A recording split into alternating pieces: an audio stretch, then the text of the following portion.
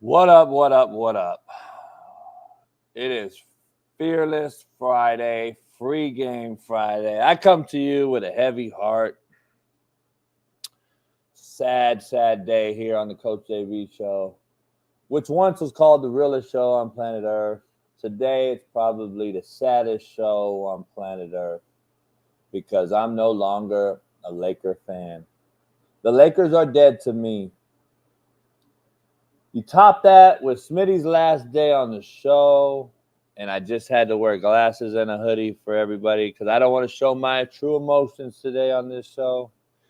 The Lakers hired J.J. Redick yesterday in a much-anticipated move, which has just killed the true LA fan base. I discussed it yesterday right on this show. With a daily rant, I specifically said it smells like smoke because they slow played this hire. They slow played it to make it all seem as if LeBron and JJ's podcast wasn't a telltale sign that this was indeed happening. As Shams reported 3 weeks ago on McAfee Show, it seems as if a lot of people out there owe Shams an apology. Now, don't they? Again, this so-called Lake Show is now the shit show. And it is the dead show to me. And that is fact. Jerry Buss is rolling over in his grave. Kobe Bean Bryant, and Jerry West, who just passed away in the nick of time to miss this absolute mockery of an all-time great organization. This is truly the epitome of how to fuck up something great by not knowing what the job truly entails. Make it make sense.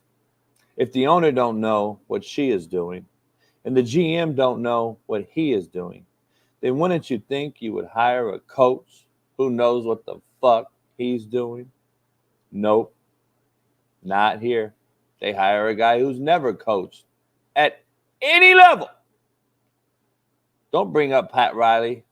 Don't bring up Steve Kerr, as they were both assistants under legends for years prior to their first head coaching jobs.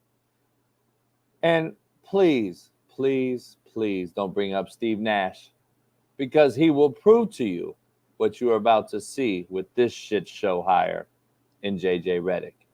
And that is a rookie head coach, former player, who has now been thrown a team such as the Lakers, with a superstar in LeBron James, an aging one at that, who he knows he cannot control, will not control, and don't know how to control. He has been given the keys and said, go ahead, JJ, win us our 18th chip. It's a sad day. You topple that with Smitty's last day on this show, the greatest show, the realest show on planet Earth. Sad day. We'll be back right after this.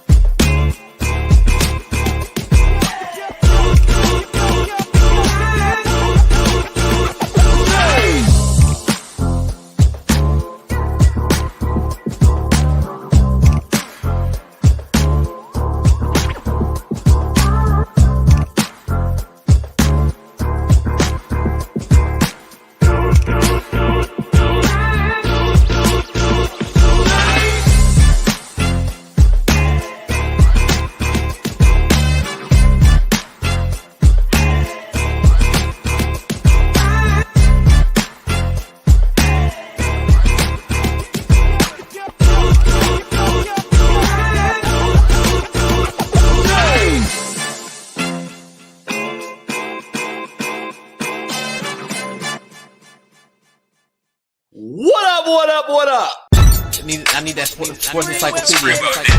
We West Steve Kim. Got Trent in the cut. Coach JB. Yeah. Where you at, man? In the gym shooting, I'm Durant. You ain't shooting John Moran. Darnell is the Ball State legend. I'm the Warren Central High School legend. I'm proving with a reliable source, straight from the mouth of the horse. Smitty and JB and Smitty from West Coast to Yost. I love talking ball. It's nice to connect with with guys that are like-minded and just are real and genuine. Better stay in your lane. Hop into You are fucking insane. Dude, what? You just will not give this guy his flowers. What is wrong with you? Oh, you must have thought I was a bitch. I am him. Use not it. What's the topic? With your logic when I flow. Big Komodo, how it's time. You gotta get back to letting the baby cry a little bit to see if they can soothe themselves. That's a bar. Issues get pressed so past it don't get sacked like bags and baggage. Smitty and Jason Brown killed it, yeah, it's a rap. We what the game's been missing, we switched it and filled the gap. I identified him after his third fight, and I said that guy should be a star. I'm so proud of the show, bro. The gap, Smitty and Jason Brown. To the Coach JB show.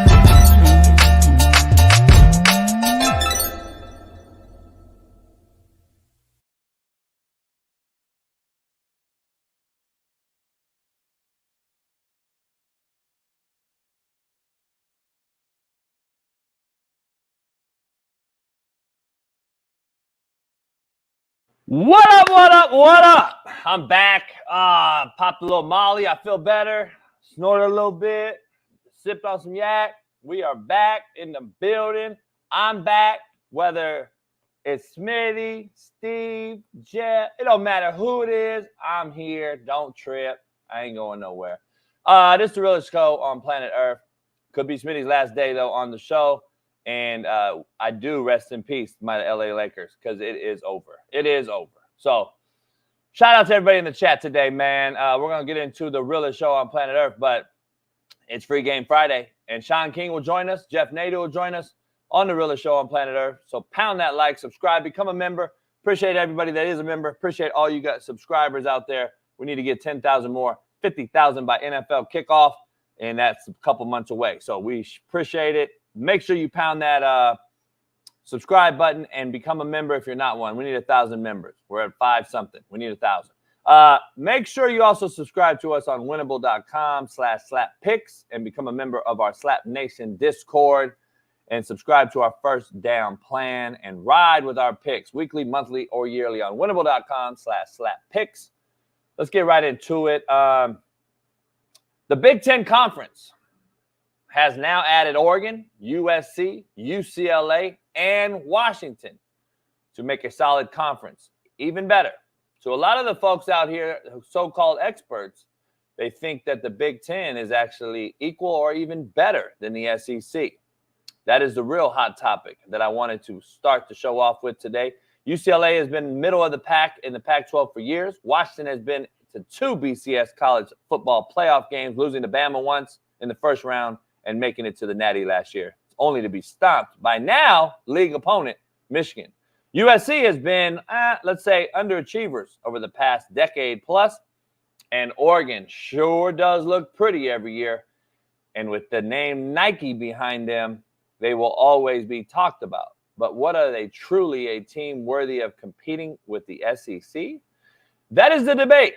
And I will debate this with Shaun King later on in the show, on the realest show on Planet ERF. So let's dive into it. First of all, before I begin, maybe the last day of his existence on this show, my lovely, fair-weathered, friendly co-host, Naptown legend and 317 Far East Sider, LeBron hairline having, Lamar Jackson loving, AR5 defending, Caitlin Clark jocking, Fox Sports very own, maybe just Fox Sports only now. Last day, clap it up for Big Smitty for giving us all what he's given us.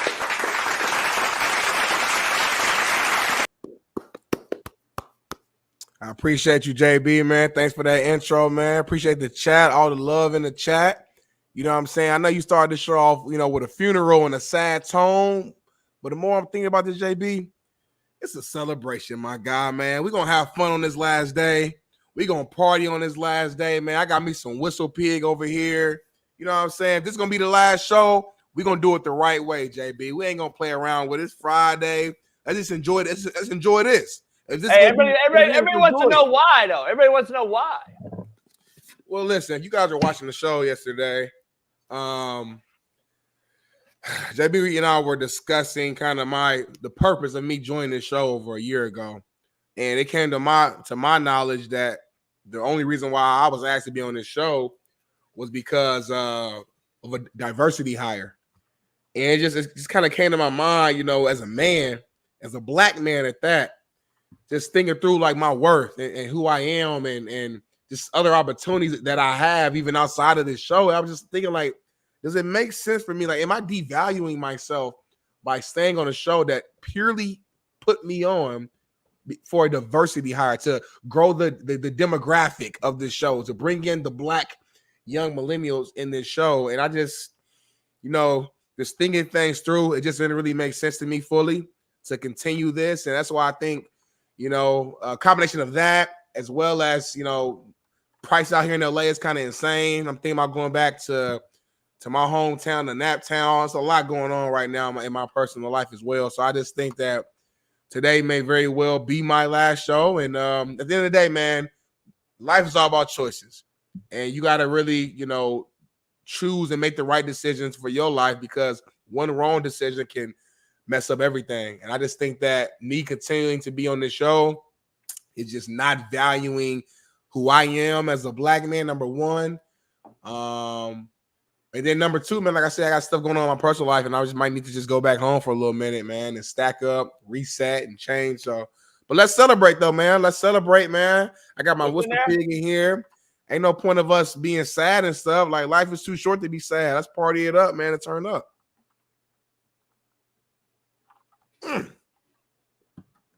Woo. Oh, man. Shout out to Bailey, too, man. Shout out to Bailey, man. It was a pleasure working with you, my guy. Behind the scenes, all the work you've done, the chat, man. Some of my favorite just people, man, I've met from this show. You know, I don't want to even start naming too many names. I know I'm going to leave some people out, but you know who you are in this chat. If you Team Smitty, man, you've been Team Smitty this whole time, drop a Team Smitty in the chat, man. That's all I want to see right now, man. Let's celebrate. Don't ask no questions about, don't beg me to stay. Nothing. Let's just celebrate today. Made this one of the best shows we've ever made before, y'all.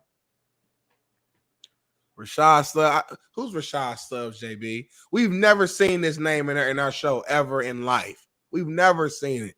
Gene, he's excited that I'm leaving, of course. It's Friday. Let's fucking go. Shout out to Gene, man. Shout out to Gene, too. You know what I mean? He like you. Gene's a loyal person.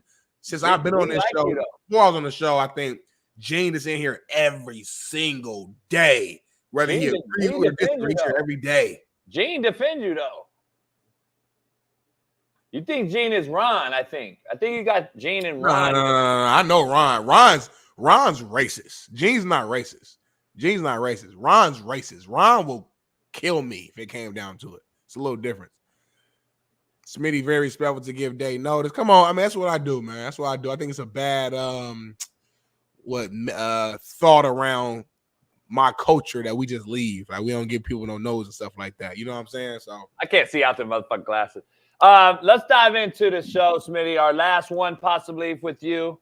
Yes, you know, I might be. You know, I bought a studio. I mean, I might be in there by myself next week. I don't know. Maybe me and Ash. Maybe Ash will be my new co-host. Who knows? You know, maybe I'll take the rest on the co-host. I just go back to solo. Maybe Bailey will be my co-host. Let's dive into this, Smitty, to the show. All right, but before we begin, let's give at least a solid quote of the day. Yeah, let's do it. Let's do it the right way. Brought to you by Bet Online. What up, man? The real Coach JB here for the Coach JB Show with Big Smitty. We got a proud new sponsor, of course, for the second part of the year, and that's Bet Online. Continue to be your number one source for all basketball wagering needs, including pro and college hoops throughout the year. March Madness is here. Join us every Monday and Friday with Jeff Nadu as we will pick them and up-to-minute odds, stats, and trends. You can follow your favorite team's path to the playoffs with in-game live betting, contests, and all the best player props. Experience the world's best wagering platform anytime from your desktop to your mobile device. Head on over to BetOnline today. Become part of the team and remember to use promo code BELIEVE, BLEAV, for 50% off plus welcome bonus on your first deposit. Bet Online, where the game starts. Peace.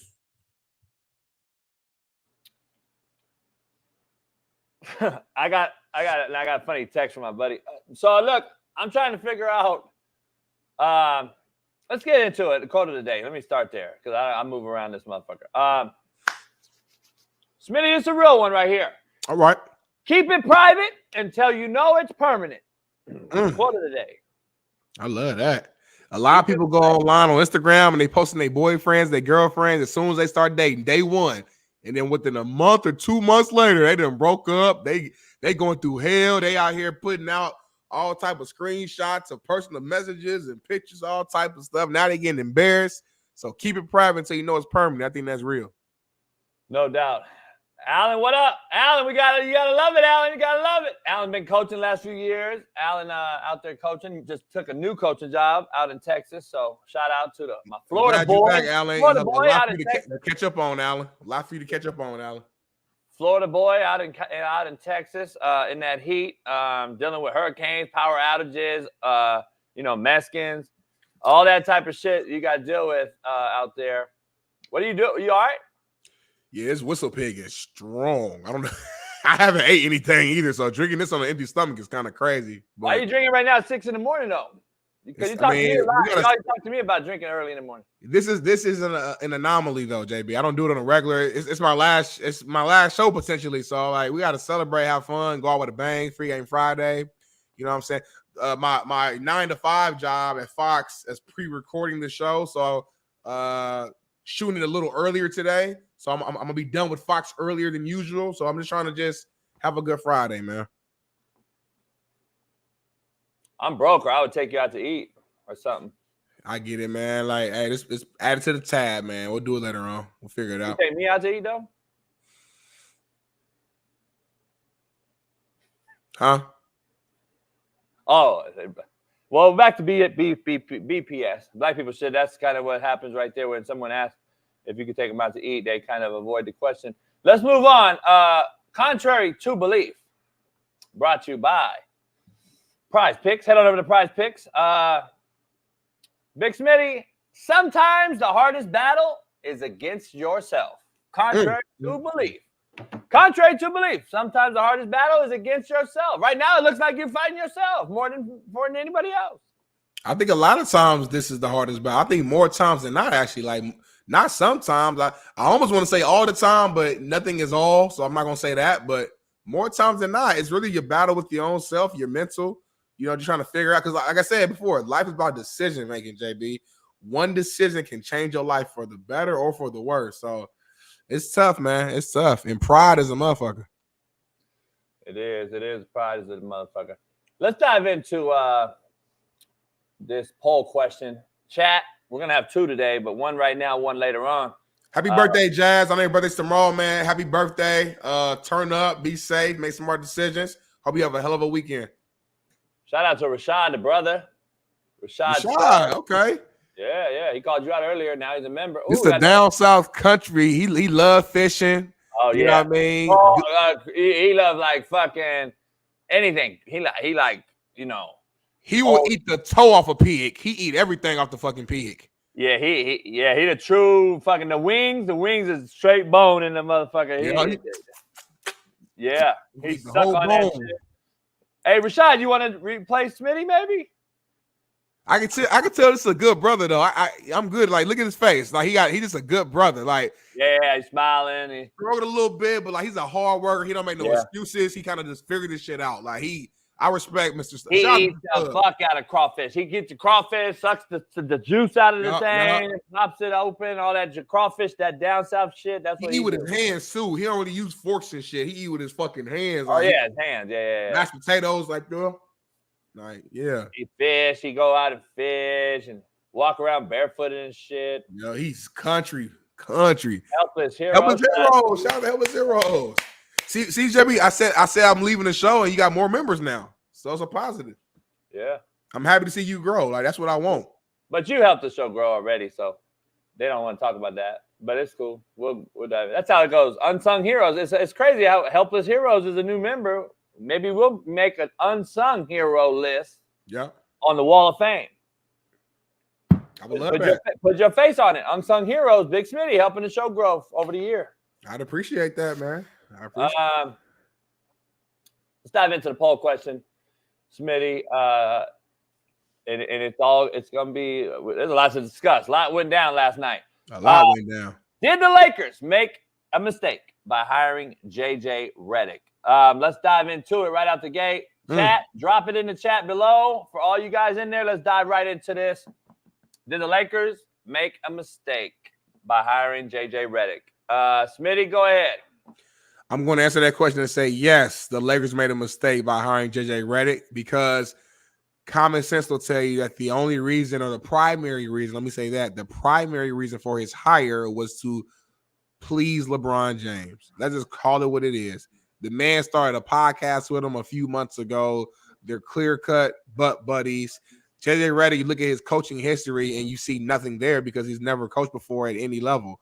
He's a smart player, a guy who just retired a few years ago, a young cat. I don't mind him being young. You know, there's a lot of young coaches we're seeing now in all the professional leagues having success, but typically those young coaches have some sort of experience. I saw people trying to compare him to Mazzulla, the Boston Celtics head coach who just won a championship, but look at his history. He coached at some smaller colleges as a head coach, as an assistant. He was an assistant for the Boston Celtics for a little while before getting this role. So there was some sort of chain of command, some sort of ladder that he had to climb, whereas JJ Redick went from player to ESPN analyst to head coach of the Los Angeles Lakers. Let that settle in, y'all. This ain't some regular franchise, some new team, some extension team. This ain't no OKC, respectfully. This is the Los Angeles Lakers, arguably the greatest sports franchise of all time in any sport. That's a debate.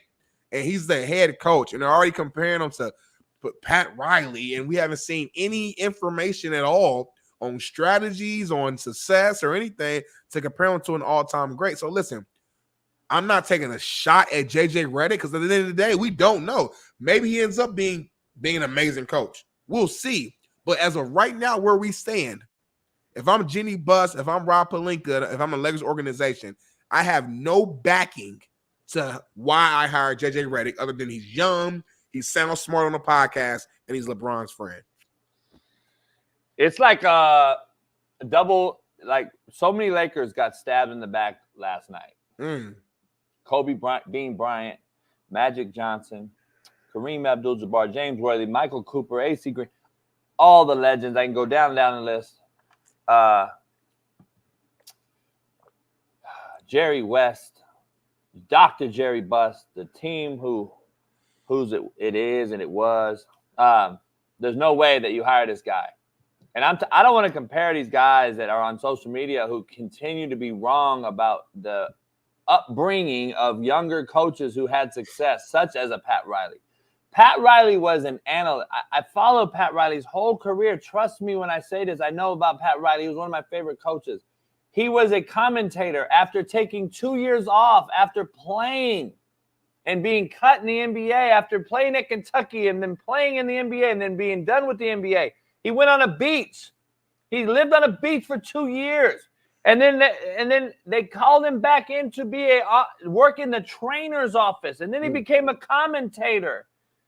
Do you hear what I'm telling you? The Lakers called him back to be a commentator, work in the office, the training office, learn all these different parts of the organization. Which, before I even talk about him coaching, is already more experienced than JJ Redick. JJ Redick has 0 ties, which is a good point by Rick Bucher, your boy. He has 0 ties to this organization whatsoever. Pat Riley was doing commentating. The head coach at the time had an accident, like a slip and fall, bad accident. Yep. And they hired Paul Westhead. Yep. Paul Westhead brought Pat Riley up as an assistant coach. Pat Riley then assisted Paul Westhead for 2 or 3 years. Then became the head coach. So he was in the organization. He commentated in the organization. He worked inside the facility and knows the inner workings. Got to know the Buss family, everything. Then he became the head coach after assisting coaching. Don't bring up Steve Kerr. Steve Kerr was a GM for the Phoenix Suns. Talk about it. Steve Kerr had 5 titles already. Steve Kerr played and coached for Popovich. What are you talking about? You casuals out here comparing the two guys, Steve Nash to this guy. And I mean, Steve Kerr. Yeah. And don't bring up Steve Nash. Because it didn't work. Number one. Number two, Steve Nash is a future Hall of Famer in the MVP, though. So, like, at least he has that on him. And he worked for the Golden State Warriors. This is my Steve Nash point. This guy. Right. This is the Steve Nash point. You know who else this is? Your boy, who took over for the Indianapolis Colts. Jeff Saturday. This is Jeff Saturday all over again. This is Jeff Saturday. This is why, man. I'm just telling you, like, don't bring up Spoelstra. Spoelstra coached. I already proved that on this show months ago. He coached. He was at a small school. He coached later, came on. Then he did film. Then he started coaching. It's just you don't find a guy to come from the booth, take over an organizational, one of the great organizations of all time, and having zero ties to the organization. And by the way, you hired a guy who Kobe Bean Bryant couldn't stand. Right. And this has been, I've known this story for years, but I'm glad we have it. I don't know if you've heard it, but take a listen. Let's play it. And Cole and Team USA. And I remember Cole couldn't stand JJ Redick. So he coming to practice. I hope somebody vouch for me on this story. I swear to God. And if everybody who's on that, they know. You know, people know. They might have their own version, but people know. The moral of the story is Cole took it personal against JJ Redick in practice because he got tired of Coach K kept talking about JJ Redick, right? Cole took it very, very personal to the point where he was running through screens in practice. He was denying JJ the ball. He was fouling the shit out JJ. I'm like, damn, why are you treating a young boy like that?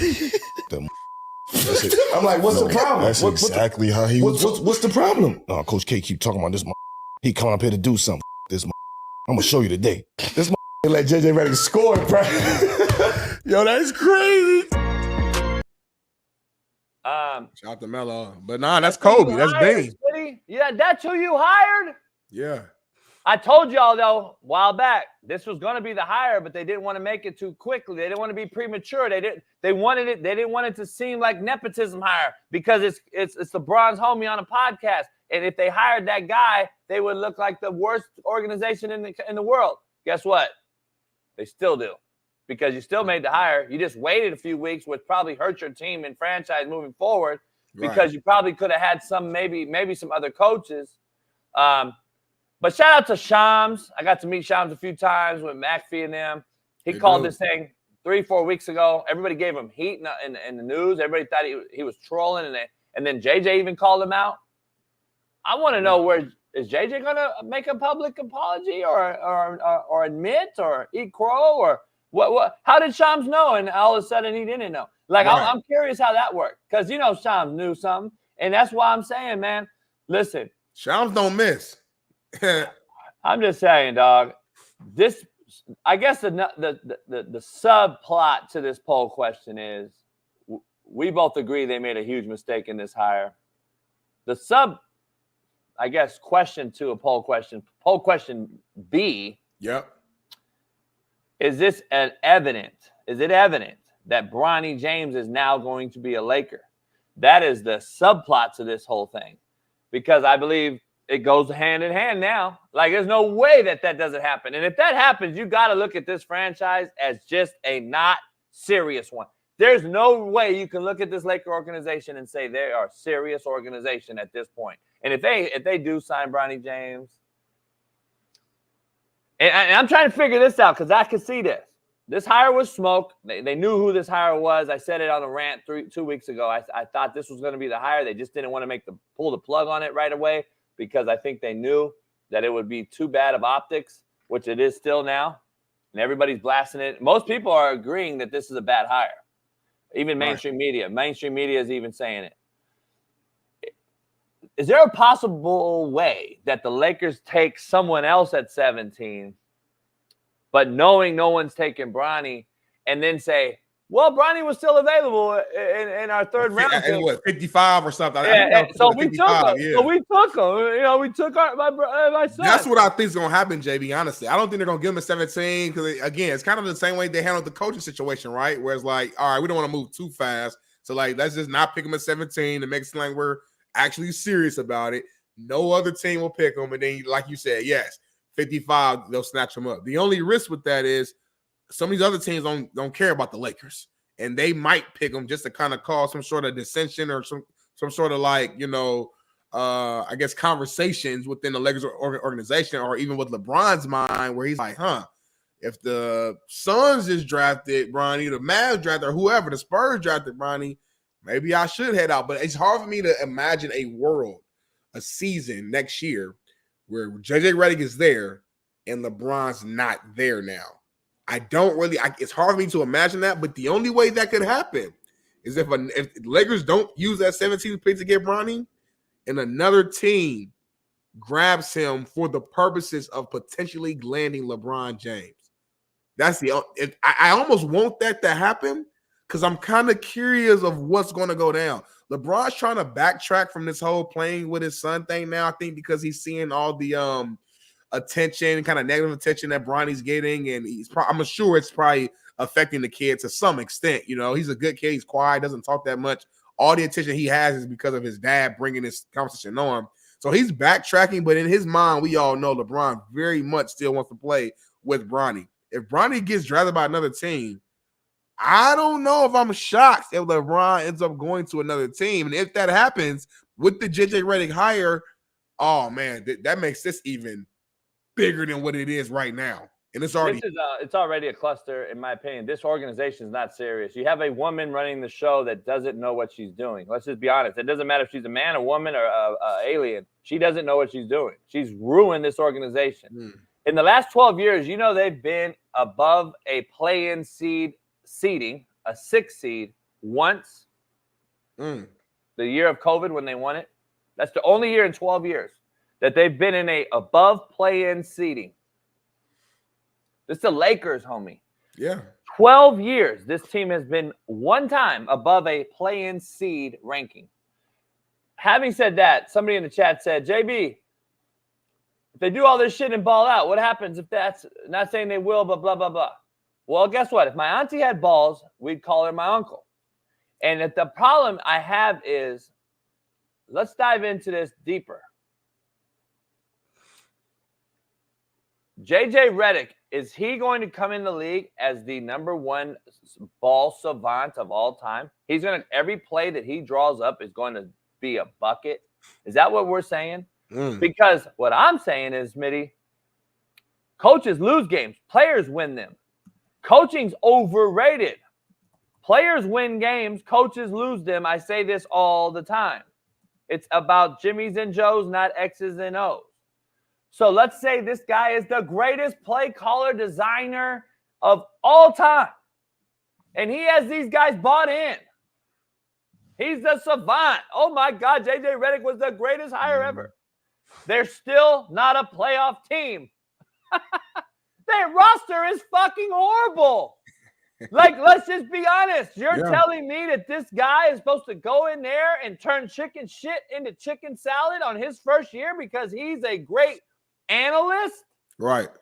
Because number two part of this, Smitty, I told you in my book, I said it on Hate Me Now, Love Me Later. I said it on Netflix. I've said it on this show many years ago.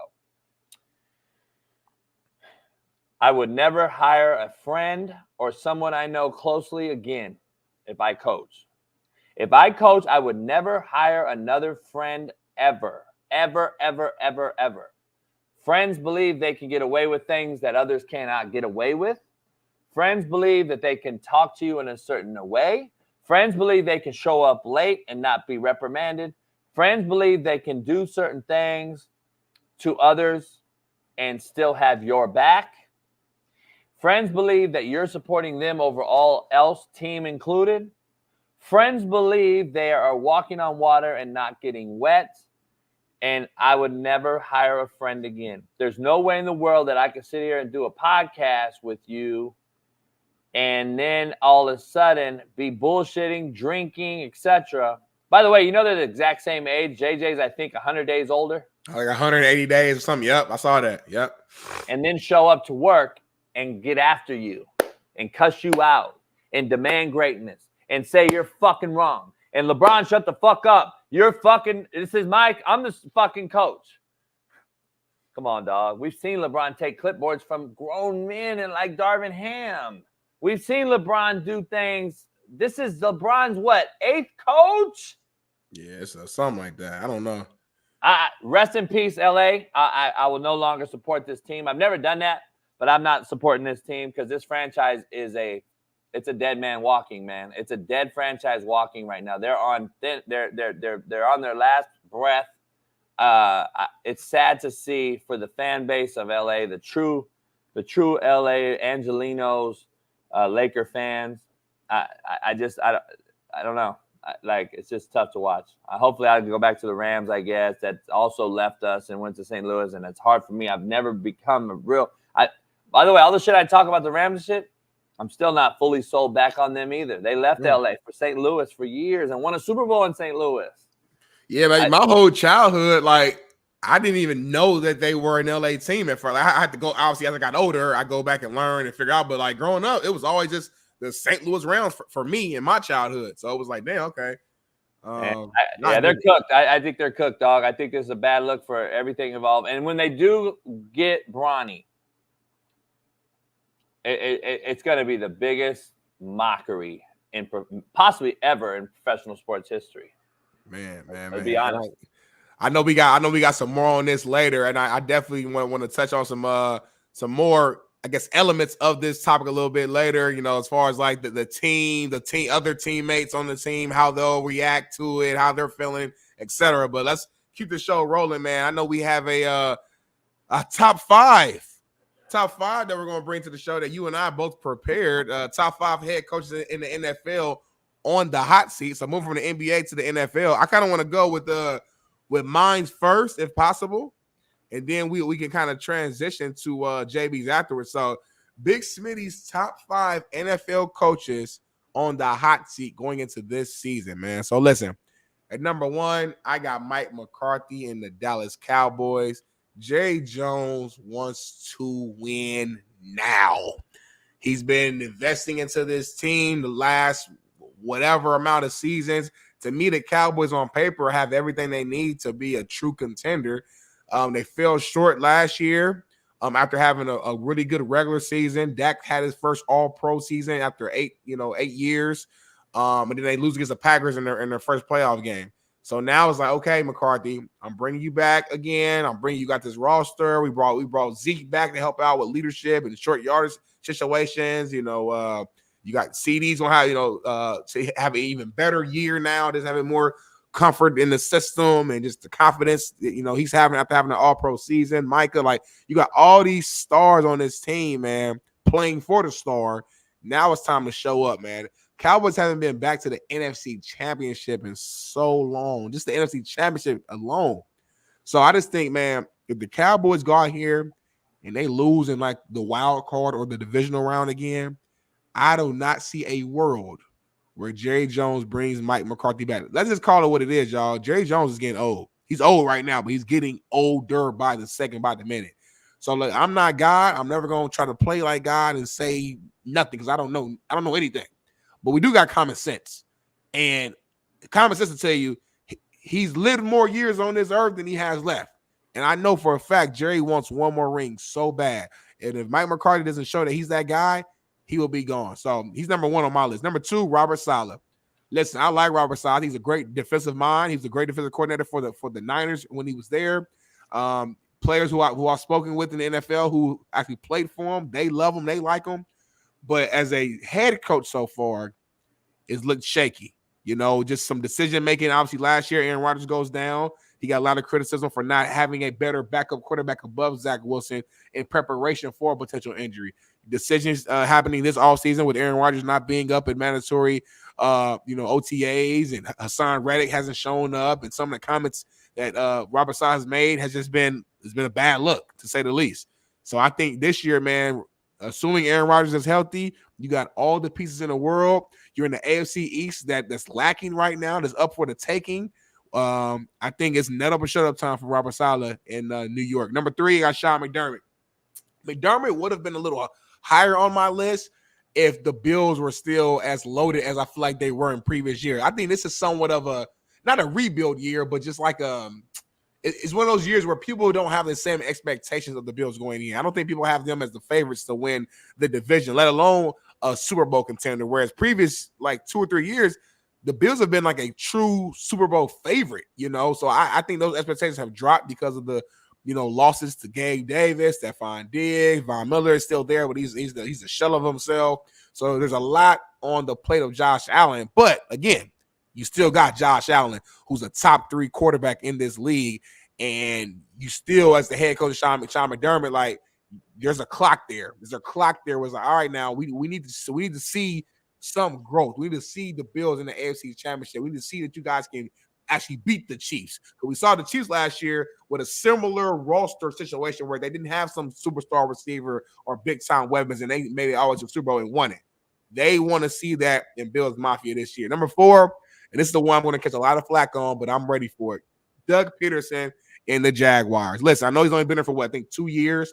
But the Jaguars last year, if you guys remember, were clear favorites in the AFC South. They were running away with the division. Halfway through the year, we thought it was a done deal, it was a wrap. I think I actually chose the Jaguars prior to last season, winning the division.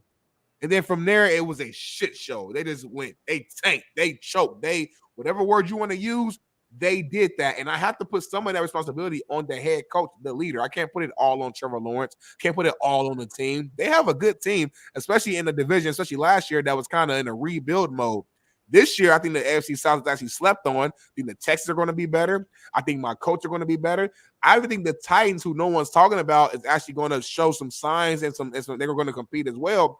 So if the Jaguars miss the playoffs again, y'all, I understand Doug Peterson's on his year 2 or whatever the case may be, but y'all think that the owner there ain't going to be looking at this dude like, hey, man, I know you're a Super Bowl winning coach. I know you got a good history, but what have you done for us here in Jacksonville? And let's not act like we've never seen head coaches get fired quickly on the job in the NFL. Frank Wright, just in 2023, another former Eagles coach, coached 11 games for Carolina and got fired. If we want to go, previous years, Urban Meyer for that same team in Jacksonville, he got fired after a few games. Now, I understand circumstances were different. I'm just giving you some examples, though, of coaches who've gotten fired quickly. You want to go way back in JB's day, 1978, Coach Pete McCulley of the 49ers got fired after 9 games. So, again, these things happen in short spans. Let's not act like this is some brand new things. They did number 5, Matt Eberflus.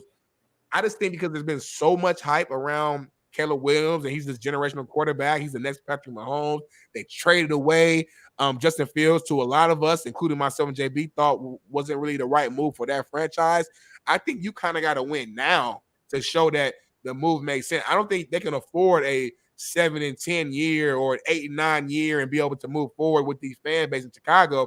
They need to show some signs of growth and go win double-digit amount of games. Otherwise, I think there's a chance Eberflus could be gone out of Chicago. So that's my list, JB.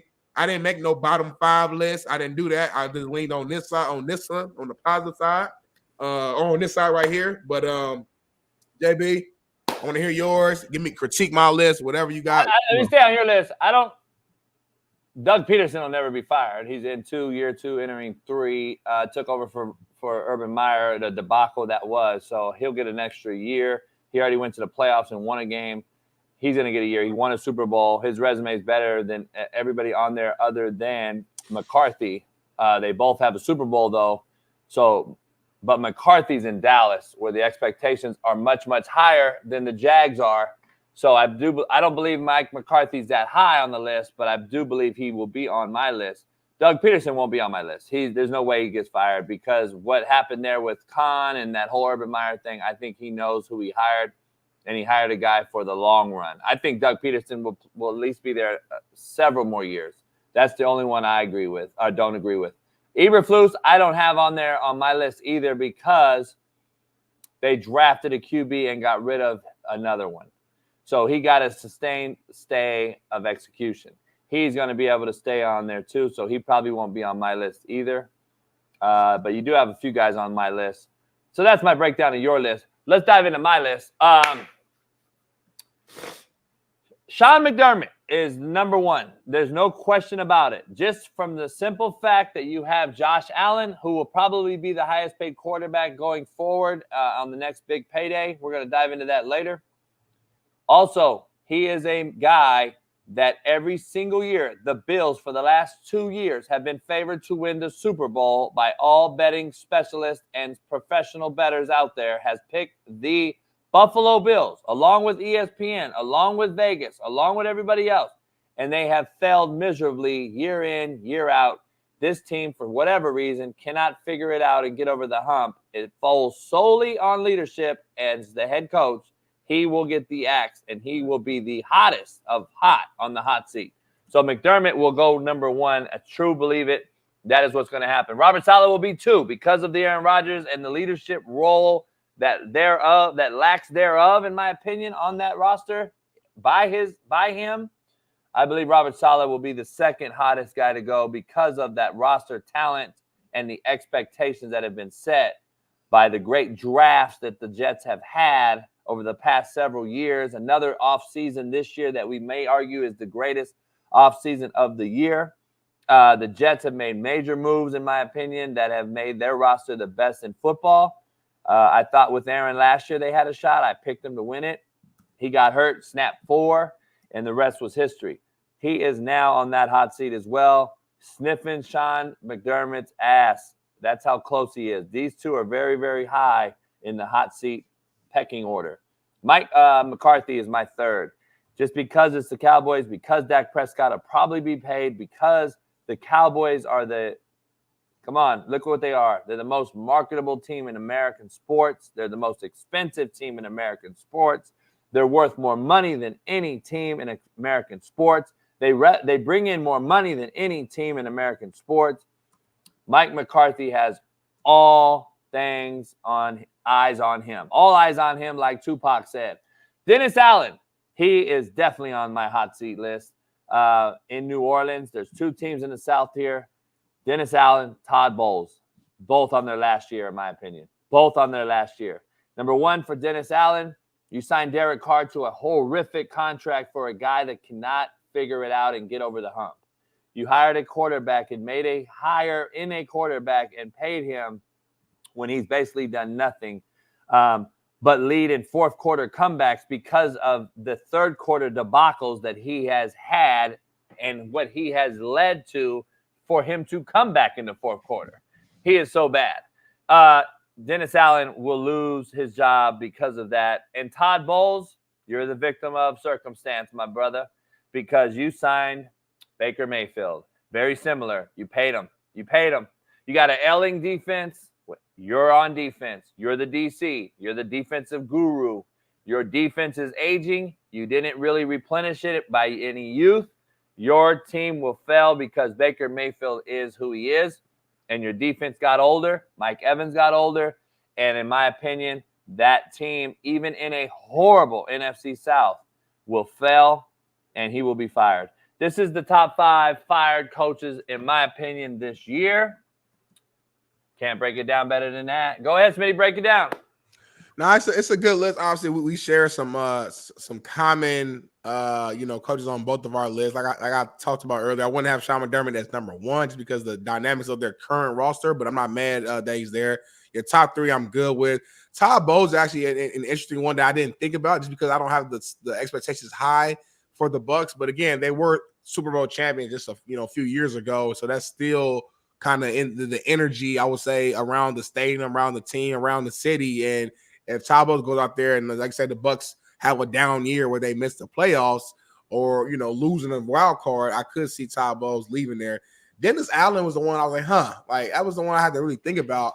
How long has he been the head coach for New Orleans? The head coach. I think this is headed into 3. Headed into 3, so kind of similar, dynamic. I know you guys, different background, of course, but in terms of years at 18, he hasn't been there that long. Here's the issue. Let me pause you, though. That's the problem with Dennis Allen compared to Doug Peterson in entering year 3, is that Doug Peterson inherited a franchise quarterback who they just paid based on what Urban Meyer debacle was. and Shad Khan knew who he wanted. And Doug Peterson is to me, a protected hire. And Dennis Allen, remember, he's been at this organization for many moons. 12 years. He was the D coordinator. He's been the DC there. He now has a much higher expectation in failing than Doug Peterson. That's why Dennis Allen's on my list. But we're going to ask Shaun King about it right after this commercial and break down his top 5 dead or alive coaches in the NFL hot seat. We'll be back in 5. Everybody, sound the like. You get inside morale. Hey, the court's unbelievable, huh? Of course, unbelievable. I mean, it's absolutely mint right now. Hey, thanks for the invite. Never come. He can't invite you to everything, JB. Golly. No, I can't even go to the shit. He invites me all the time. I fucking can't go to it. Why can't you go? Two fucking dinosaurs at home. Well, then you gotta come watch the dogs, Smitty, and I'll go. Nah, go fucking send them dogs somewhere else. Or Smitty, you just come. He'll fucking his ass will stay home. Yeah, that's how we gonna start doing things, right? Yeah, there we go, Pat. Yeah, I like that. Hey, you just started second hole? Yeah, goddamn, it's gonna take a month to play. Well, who's the pro? Or who's the amateur guy? Is there any celebrities and shit? No, CC's about to. He's playing ahead of me, and Wayne's playing with Dustin. I don't know who the hell Gretzky? Yeah, I don't know who else they got out here. I didn't see. The tee time's all day, so I don't have any idea. Is Anthony Kim out there? Oh yeah. How's he coming along better? Yeah, he's doing good. I talked to him for a while. He, goddamn, the guy's been out of the game for 12 years. He shows up with this goddamn rental set or something. I'm like, bro, you gotta, the time, it ain't the same game and equipment than when you left. So he's starting to work. I told him the first 2 weeks, I said, bro, you gotta get your feet wet. You've been out of this thing forever. So I've been talking to him, giving him some advice and all that kind of shit. Just told him, hey man, people behind you, and just take it slow and get your feet wet again and get going. And he's coming. He's trying hard. He's doing good. So everyone's pulling for him. Nah, that's sweet. He's doing good. Glad to hear that. I know I know he looked up to you. He's been looking up to you for a while. I'm basically the only guy that knows him. Because he left in 12. He left the Houston Open in 2012. I mean, shit, no one out here. I mean, there's kids that were 5 when he left.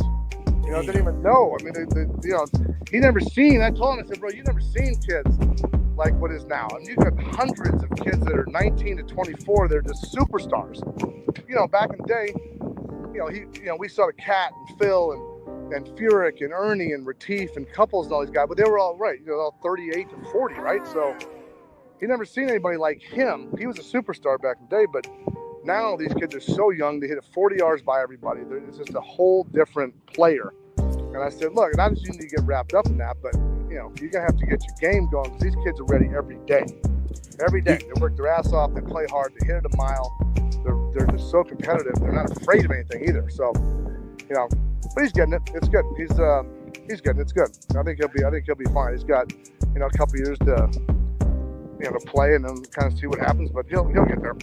Pat, do you feel like the overall play is a lot better now than it was I guess even 10 plus years ago? Yeah, I mean, even the kids, like Speed and JT, and you got, Brooks is still young, and Patrick Reed, and there's so many young good players now. It's unbelievable. Even out here, we get this Caleb Surratt, Chikara, and Wolf, and kids just hit it a mile. We got so many young kids that are so good now. It's incredible. The game, but I don't know. It's just it's a whole different. Back in the day, the strategy of the game was to hit it and play and hit it on the green and try to make putts. Now these kids hit it a mile. They just hit it over all the shit. They hit as far as they can, hard as they can, and they just shorten the courses. And it's all speed. It's just different. I mean, technology has helped a little bit too, but the kids just are more athletic than they were back in the day. I mean, you're finding, back in the day, everyone was my size, 5'10", 5'8", not very big. And now you got all these kids that are 6'3", 6'4", monsters that don't realize that they can make a ton of money not playing football or baseball, and it's just a whole different generation of player. Yeah, JB. Incredible. I mean, our athletes are a lot better than your athletes, JB. Is what he's saying. Pat. Now again, he's talking golf, not fucking basketball and football. They're worse than ever. Hey.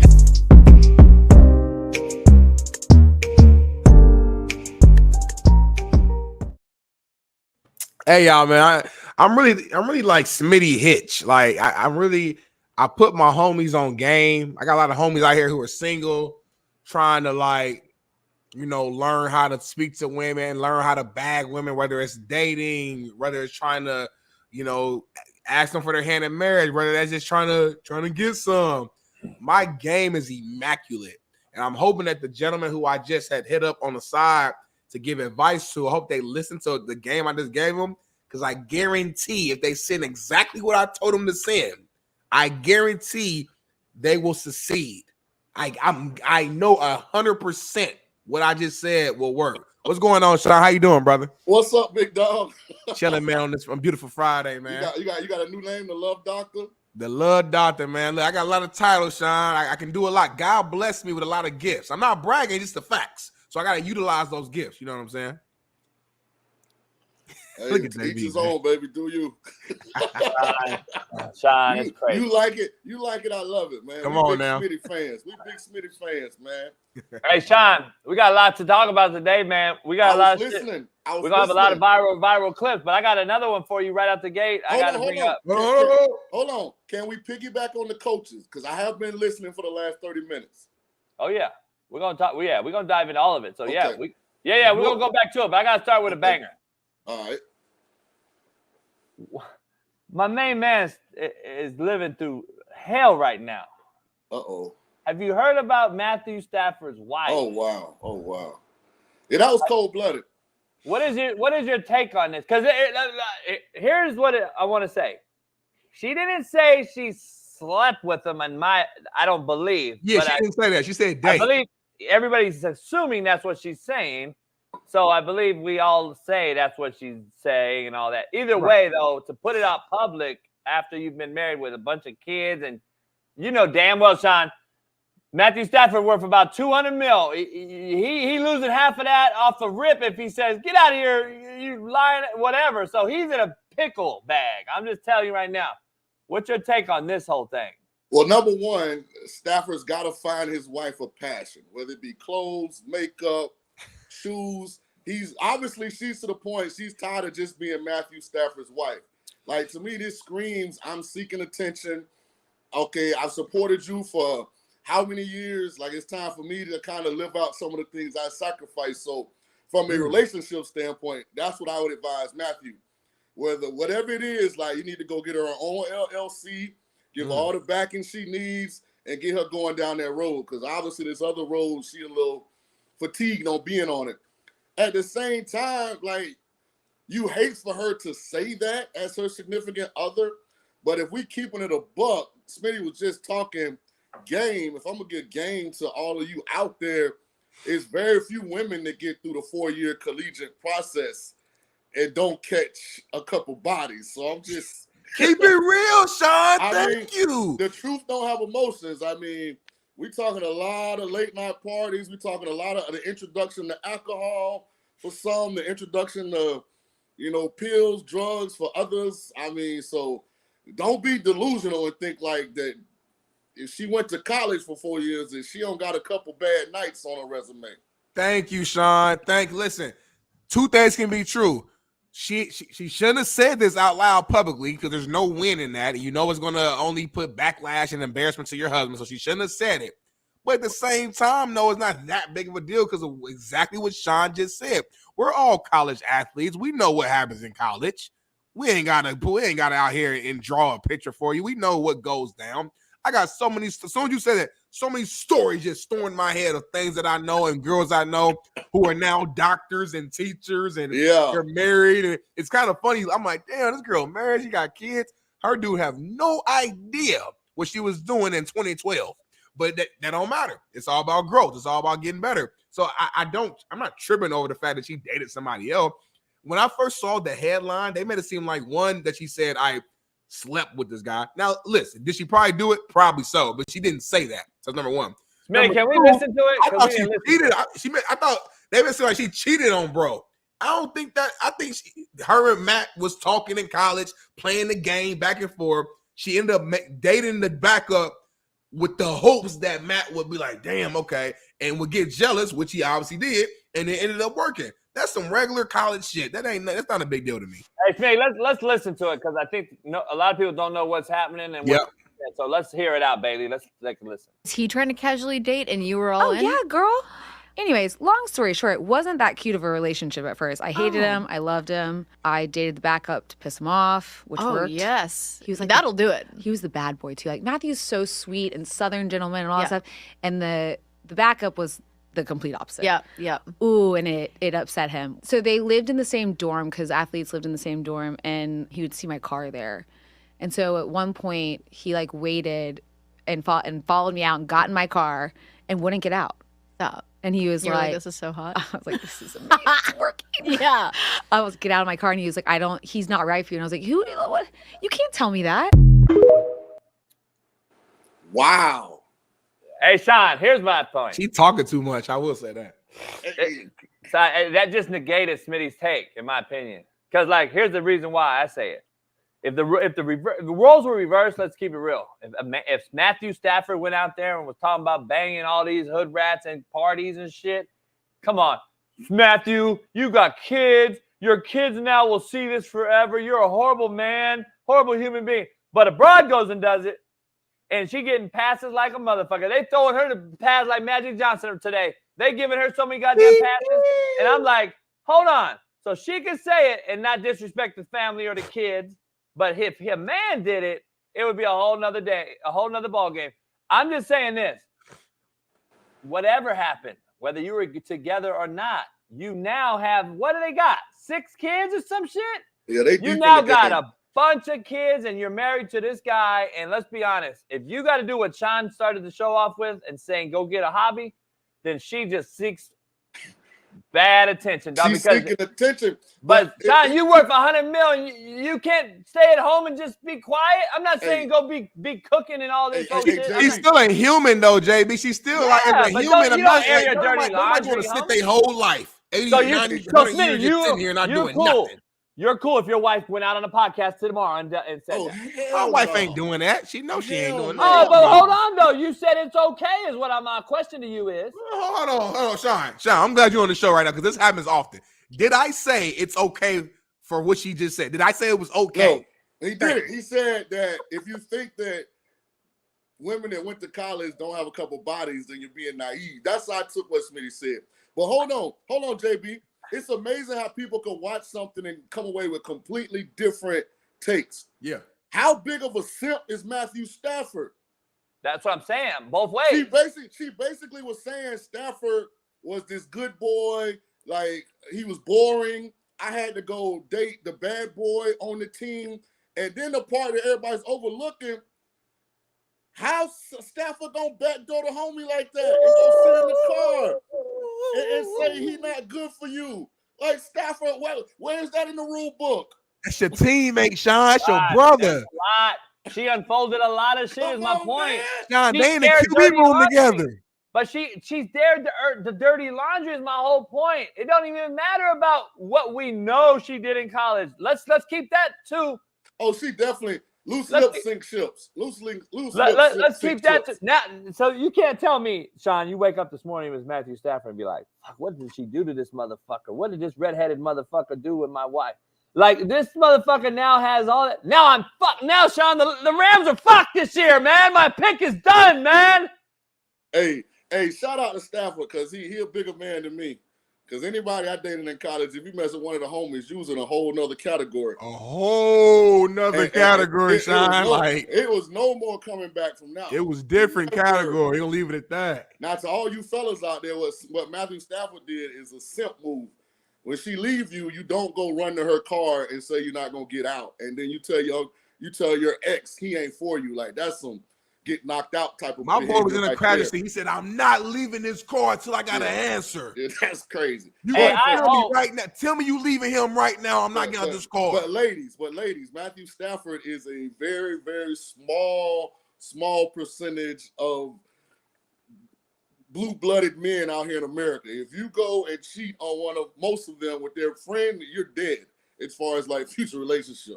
Hey, Smitty, you imagine like I come out to the car and I'm like simping and I'm like, I smell badussy like a motherfucker. I smell dick all on your breath. Like, what the fuck are we talking about here? Anyway, Shaun, Now that was in college. Stafford has grown. I'm assuming he's more mature, and changes have happened, y'all. I know Stafford's one of JB's favorite guys and favorite quarterback. Did Stafford lose some points with you with this whole thing, JB? Be honest. Yes. So no, JB, I'm not gonna let you do that, because the one thing is, men, that we cannot allow to happen on this show. You've got to be able to separate the athlete from the person. Oh, I do all the time. Smitty knows and that. I really challenge people that watch the show, that are in the comments. Listen, stop liking an athlete because you like them as a person, and stop disliking an athlete because you dislike them as a person. When you're talking about what they do in sport, keep that separate. Shaun, I'm the Smitty will tell you, I don't care if you don't like Kobe Bryant. You don't know him personally. I don't know him personally. So whatever beef you think he had with Shaq has no bearing on what he did on the court. I don't care about that charge that he fought and had to beat. I care that he won, glad, but also I don't judge him because I don't know him. A lot of people judge these cats as if they are boys with them, and I say that on this show every day. Hell nah, I don't know that cat. He's the best player to me. I don't care if he's a bad human being. I do care, but guess what? It's not my right to judge the cat, and I'm only going to talk about what he did. Tyreek Hill, we know what he's done in public and in his character. We got all these different people out there, but at the end of the day, he's a baller. They're ballers. We're going to separate the two. I'm with you on that 100%. And JB, I'm talking about legal stuff. Yeah. Tyreek Hill, if you don't like womanizers and you look at him as a womanizer, that got no impact on what he is as a wide receiver. Smith, we're not talking about somebody go ahead and kill somebody or something. We're talking about like they're Republican and you don't like Republicans, or they're Christian and you don't like Christians. Like, I'm talking about, let athletes be whoever they want to be in their personal lives, as long as it's legal. Shaun, I even say, like, I bump R. Kelly right now. Listen, I separate the music from what he is. I get it. A lot of people are like, I don't listen to R. Kelly no more. Listen, whatever he did. I don't care. I'm still going to bump R. Kelly at night. I'm going to bump Michael Jackson, regardless of what you think about him. I'm going to bump Bobby Brown. I'm going to bump all these different people that we. Now, I'm the same way, because there's so many secrets in people's lives. Like, you can't take that approach because you don't really know. Like, you don't know what Van Halen was doing if you ended up. Yeah, there's so many guys people like. Come on, man. I don't know what you two motherfuckers done in the past, but we on this show together right now, so it's what it is. Hey, now, Shaun, I never did bump Diddy. Right. But anyway, let's dive into let's dive into Biggie, though. I like Biggie. Let's dive into artists got good music. Diddy don't. But Diddy's voice was in the background though. Yeah. Take that. Y'all was listening in the background. Hey, listen. Go ahead, JV. I'm just saying, man, I'm with you on that because I do that with every genre, not just athletes. I do it with rappers, singers, whatever. I separate the two. I'm with you on that. What the question Smitty asked me, did I lose a little feeling as far as hierarchy for Matthew Stafford as a character, not as a player? Matthew Stafford's a ball spinner. I believe Matthew Stafford is going to still ball. I'm just saying, like, am I looking at him different? Am I big book of things? Like, I don't know him, not my homie. But at the same time, balling wise, I never changed. I'm a Matthew Stafford guy. And I get what you're saying, JB, because it does hurt a little bit. To know that the guy that as a man, Shaun, as a man, is a simp. Like, for us real ones out here, that's like one of the most simplest things you could ever do, man. The woman said he went after I left said teammate's dorm. He went to my car and wouldn't get out and said, he's not for you. Like, come on, man, fellas, if y'all out here, that is not in the game rule book, and that'll get you ostracized from any male group of friends out there. Like, you'd be done to me. Like, that broad is done to me. You're done to me. And the homie, if he finds out, or he might just be finding out about it. Like, Stafford, you dead to me too. Let's get the homie on the show. Well, I don't know if I'm going to on the show next week, but if I am, we got to get the homie back on the show, JB. That got to happen. And ask him what he thought, because he obviously, if he good enough to go to Georgia, he probably thought he was better than Stafford anyway, because you don't get to that level without having extreme self-confidence. I mean, that had to just be like, hey, really? I'm looking at Stafford right now, and I'm like, you let Opie hit your girl? You like, know this, but you can look at his face. You know he was clowning like a motherfucker at the frat parties. He taking down 15 beers, calling chicks all types of crazy shit, smoking squares. Hey, we had a rule. in the clique. It's not about getting the booty. It's about being the same man you were if or after you get the booty. So it's about the way you went about it. Like, no sucker stuff, no simping. Like, keep everything 10 toes down. We never beefing over no gals. Like, Stafford, if you listening, that was the biggest simp move in history. Yeah, and I think he coaches now, this redhead. I think he coaches with Lane at Ole Miss, if I'm not mistaken. If he does, I know Lane, and I know a couple guys on that staff. They in there today like clowning. They showing this shit. Lane will pull that bitch on the big screen. They like, what's going on? Tell us the real story, motherfucker. Like, shit's going down. They got her Instagram pulled up. If she got any bikini pics, like any of that, like, they're gonna be like, so you hit his wife, huh? Right. Because you got to think, at this time in college football, not a lot of players are there. Right. Most of the players back at the crib. Summer school's about to end or has ended. You know, July is kind of like the full vacation, month. So if you're going to do it, this is the right time to do it. Hey, by the way, salute the buddy. Like, right now, if you got Instagram, you probably should hit your Instagram.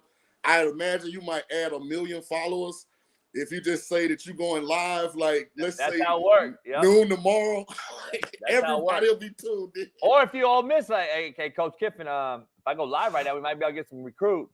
Hey, or you should call Stafford, because I know you still got his number, and say, how much is it worth to you for me not to go live? Blackmail? That's cold-blooded. That's cold-blooded now. Not blackmail, just as okay, you owe me one because I didn't know you went and sat in the car and hated on me.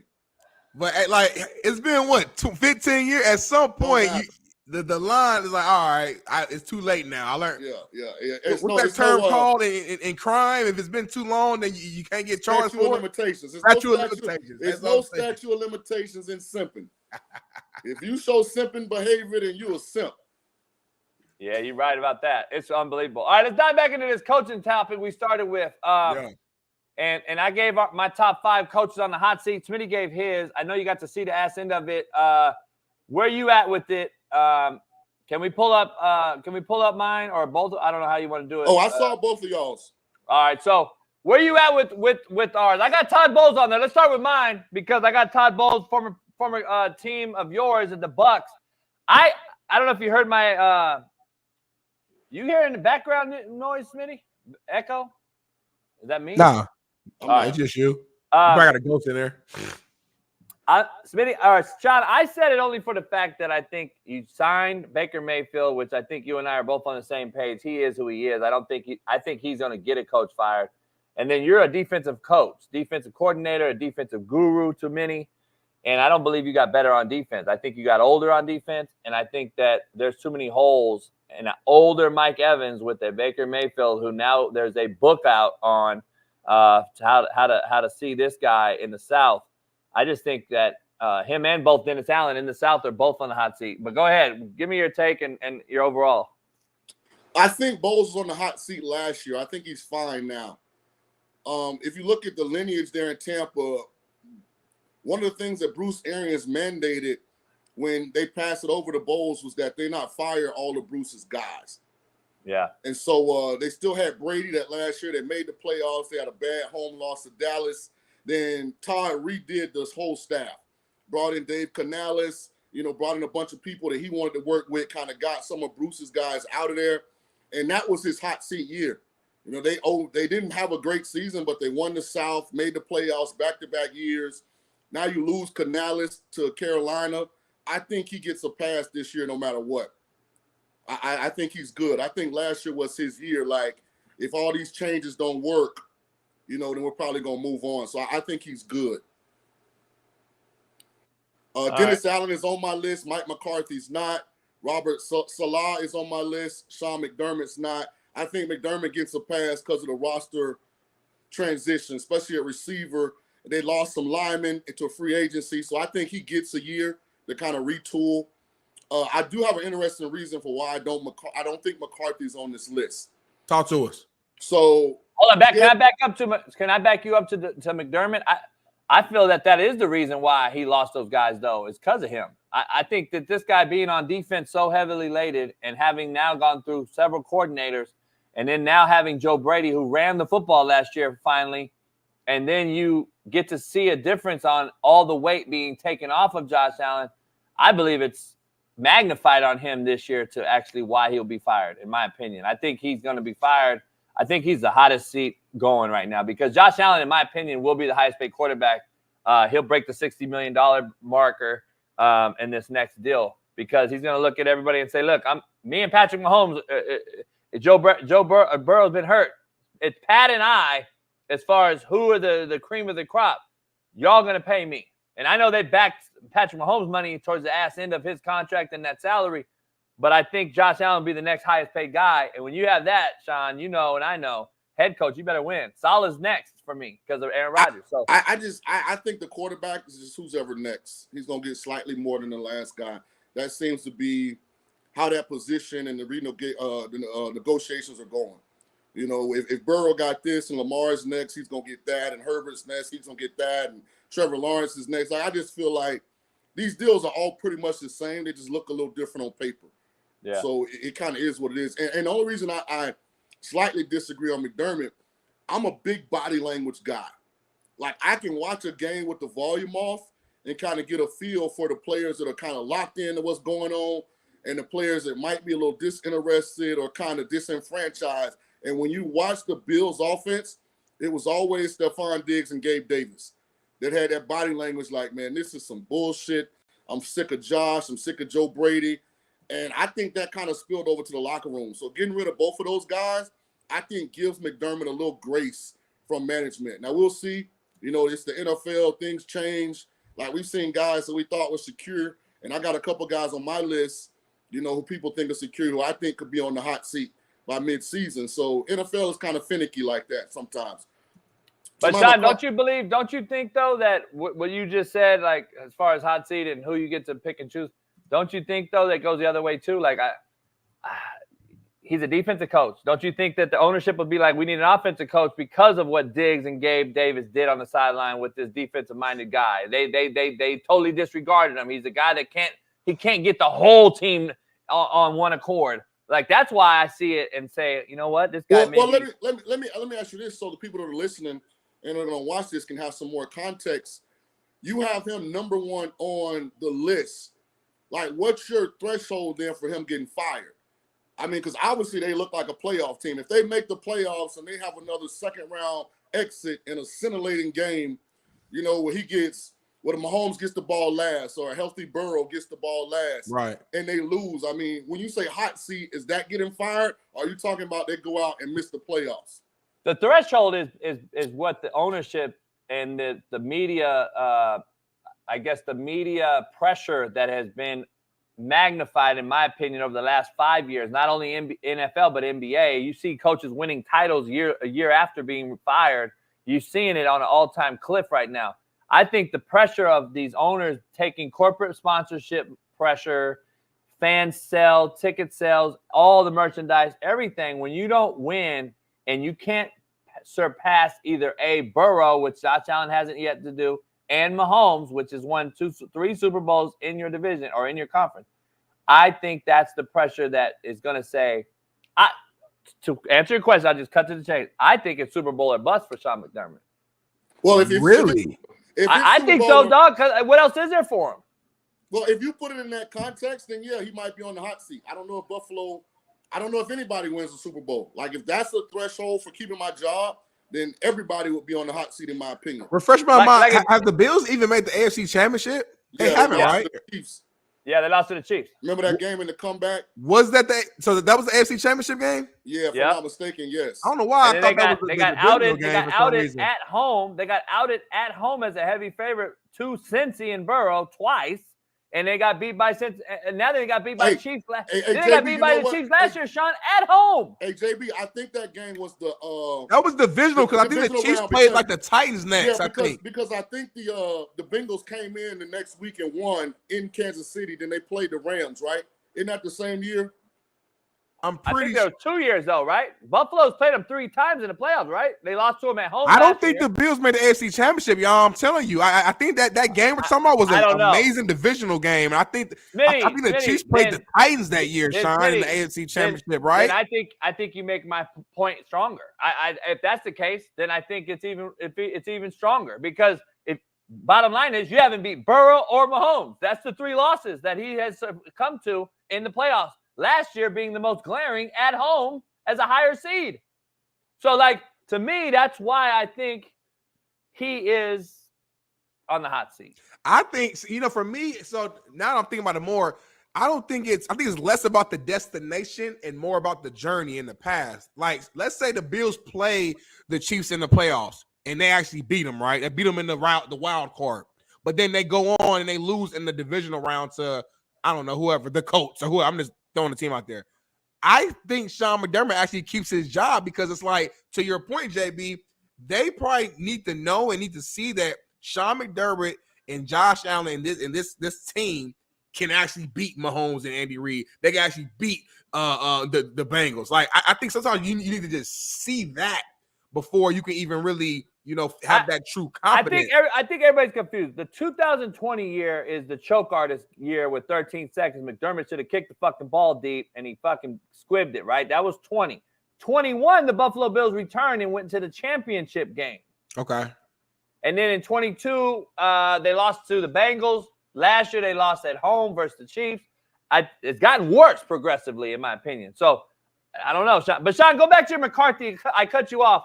Why you don't think he is on the hot seat, contrary to our beliefs? Well, when you look at the lineage of Jerry Jones, he hired Tom Landry. Landry was there for 29 years.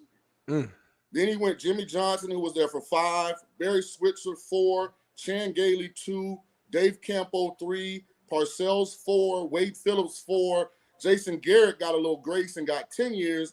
Now Mike McCarthy has been there 4 years. Let me say this. Outside of Jimmy Johnson, who was there for 5 years, McCarthy's won more games than all of those short tenure coaches. And here's what's crazy about Jimmy, who got fired after 5. He's only 2 wins behind Jimmy. And Jimmy had a whole nother extra year. Remember that first year, I think he had Troy Aikman and those guys. They went like 1-15 or something crazy. 1-15, his rookie year.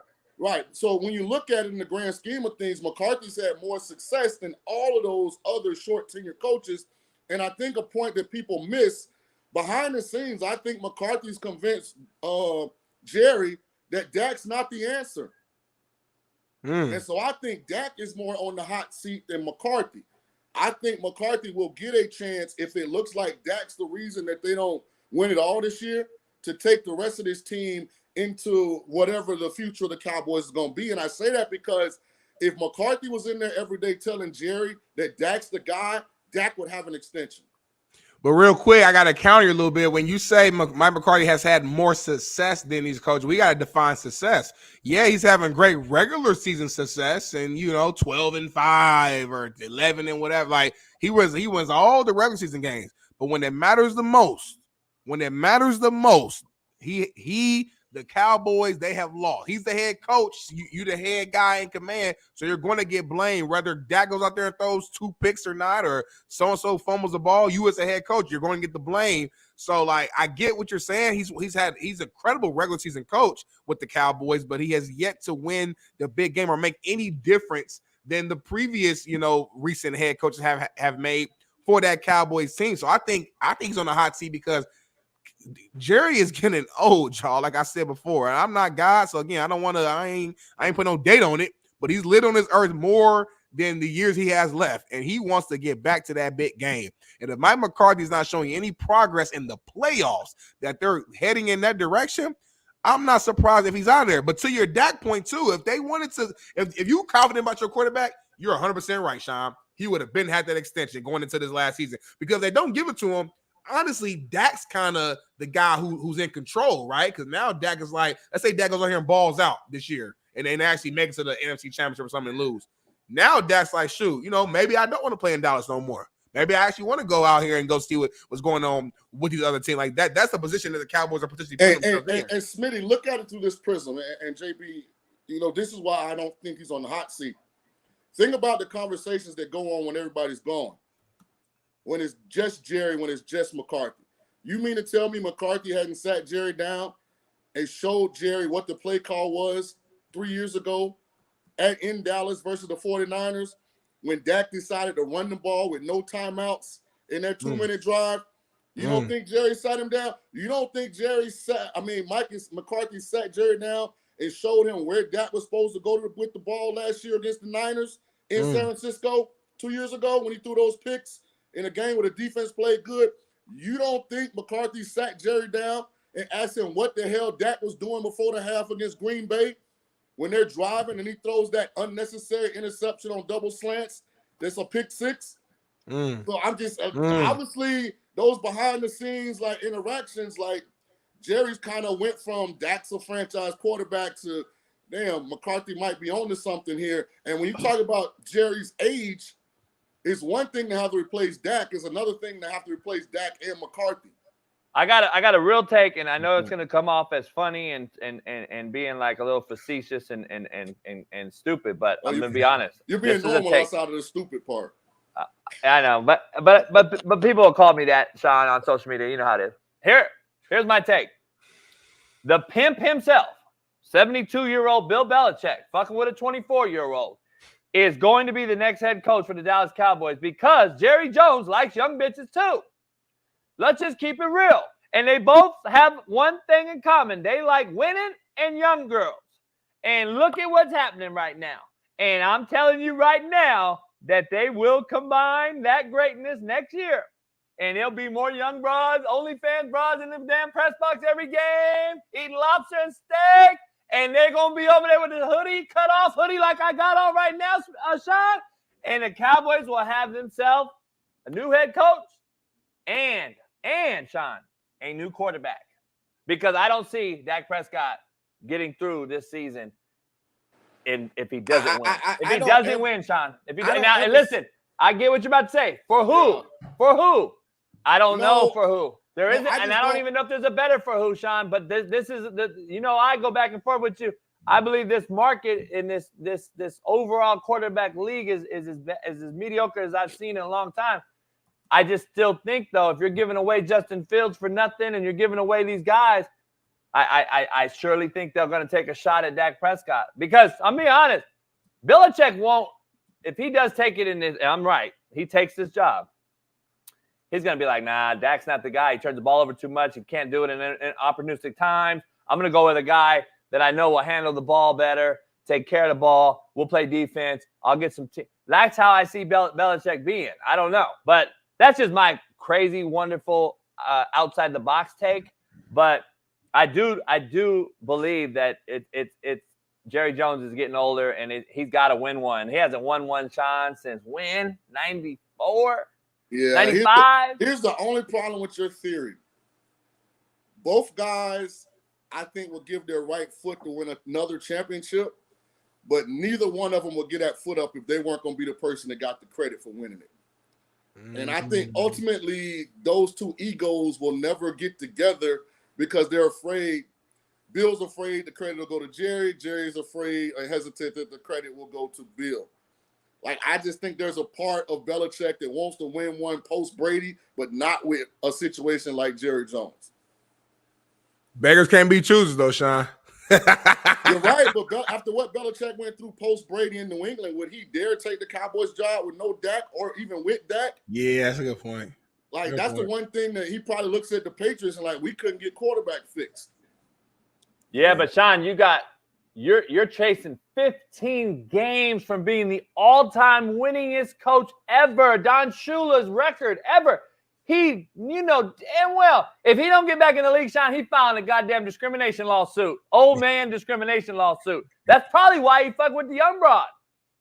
Hey, shout out to Bill Belichick. He's trying to get that young demographic cracking. Hey, salute to Bill, man. Bill's a real one. When I saw Bill on that ring camera coming out of there with his shirt off, man, listen, Bill can't do no wrong in my eyes. That's a real G, though. I wonder what he was doing. Like, either she kept the hoodie, so he said, fuck, I'm going to drive home with no shirt on. But I don't think he drove home with no shirt. I think he was going back to the car to grab another rubber. He was doing something. Like, he was going to the car to come back in the house. Hey, that's that look where you was putting in work. What's the Chris Brown song? The neighbors know my name. I bet the neighbors know my name. Hey, I believe that's Bill's house in Nantucket, though. It looks like Nantucket. Hey, Bill got enough money to have multiple cribs, so that's what I'm saying. I believe it. So here's by the way, list, you notice where it is, Smitty. It's like in a little fisherman's wharf. Like nobody knows whose house that is. Yeah, he got a house right in the middle of everything because nobody ever thought he did it. Right. That's definitely her house. 100%. Hey, all right, Shaun, let's dive into big news. We got a lot of things going on today in the news, but the Lakers, I started off the show and I said, rest in peace. I'm no longer supporting this team and this franchise. I'm a lifelong Lake show. It is now the shit show. And I'm just over it for several reasons, Shaun. But I've already given mine. Let's hear yours on your take on the hire, the do's, the don'ts, the goods, the bads, the pretties, the uglies. Well, here's what's interesting, and it's opinion I don't think I've heard anybody say. This shows the power of television in 2024. Like, if you're an analyst or if you're on a podcast, it's almost like you're auditioning, even if you're not intending to. Because all it takes is one of the 30 NBA or the 32 NFL or what are there, 30 MLB teams, I think, to execs to look and be like, I agree with what such and such is saying the majority of the time. I like their appearance. You know what about if I think they could do a good job at this? And because the popularity soars when you're on one of those big platforms, you know, it's not like it's an unknown. Even though he's not been a coach, more people know J.J. Redick than probably 99% of the assistant coaches currently in the National Basketball Association. So I'll say this, you know, lastly, beautiful, beautiful, beautiful by Jenny Buss. Here's what nobody's thought of. I think they had targeted J.J. Redick the entire time. I said the same thing. It was all smoke. They didn't want to make What a way to distract the public than to bring Dan Hurley in, but offer him a deal that you know he's not going to accept, but make it look like you're pursuing what is potentially the top candidate available. And now it's, okay, we didn't get Hurley, so we're going to fall back to our superstar's choice for next head coach. Speaking of LeBron, J.J. Redick. Beautifully played by the Lakers, in my opinion. If this is who they wanted. I'm not going to get into it if it's a good move or bad move because we won't know that until a year or two from now. You know, because I think sitting right here, there are 17 or 18 NFL teams that should hire me tomorrow as their GM. I think I'm that good at it. I've never been a GM, but I think I have an innate ability to evaluate personnel, to put talent and skills together with schemes that mesh and match. And, of course, like the salary cap is something, you know, that a guy from Tulane, just like J.J. Redick's a guy from Duke, we wouldn't have a problem, like, really becoming experts at that over a couple of months. So that's why I don't look down at J.J. getting hired. But will he succeed or fail? We won't know. I get why J.B. is pissed off and upset because this is not like the first bad hire under Jenny Buss. Like, obviously, when Jerry, her father, passed away and she took control, it's been a carousel. I think Magic Johnson was the initial hire as GM, if I'm not mistaken. For a hot second, yeah. And it all started with him taking Lonzo Ball over Jason Tatum. Let's not forget where it started at. So it's kind of just been look at what you've lost. Look at what you've lost. You've lost Julius Randle, Brandon Ingram, Josh Hart, Kuzma. What's his name? Jordan Clarkson. Clarkson, they're all balling, by the way. And then you double down with the fact that she hired a friend and Kobe Bryant's agent, Pelinka, to be the GM. Now you hire a friend of LeBron's and J.J. Redick to be the head coach. The optics look bad. Shaun, all the people they lost though, JB, I got to defend a little bit. It did lead to AD, which led to a ring. So say we won't, it led to a banner. Asterisk ring. True. But then you go to Staples, you see a fucking banner up there. So Shaun, all I know, if you go to UCF, you see a national championship banner too in football. Hey, Shaun, 12 years they've had one seed ranking above play-in 12 years, and that was COVID year. Like let's be honest. I think it was all smoke for opposite reason than you just said. I think it was smoke because the optics would even look worse if they went out and came right out and hired J.J. Redick after other folks came out on their podcast and said, I'm predicting J.J. Redick to be the head coach because of the podcast with LeBron. When that came out with Kenyon Martin and all those cats on that show, Rasheed Wallace, and they all came out and predicted that shit like 2 months ago, I think they would have made the hire then. But they said, oh, no, optical, we're going to look bad. They're going to say we're going to draft Bronny after that. We're going to look like a straight-up nepotism hire. It's going to be our boys. Listen, they're the same age, Shaun.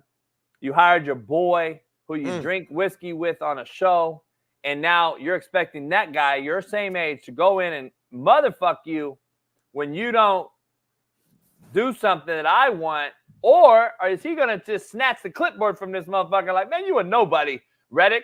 You ain't doing shit. You ain't never been nothing. You ain't nobody. You're not even a Steve Nash. At least Steve Nash got hired because he was a baller and he was a MVP and all this. You're just a role-playing shooter.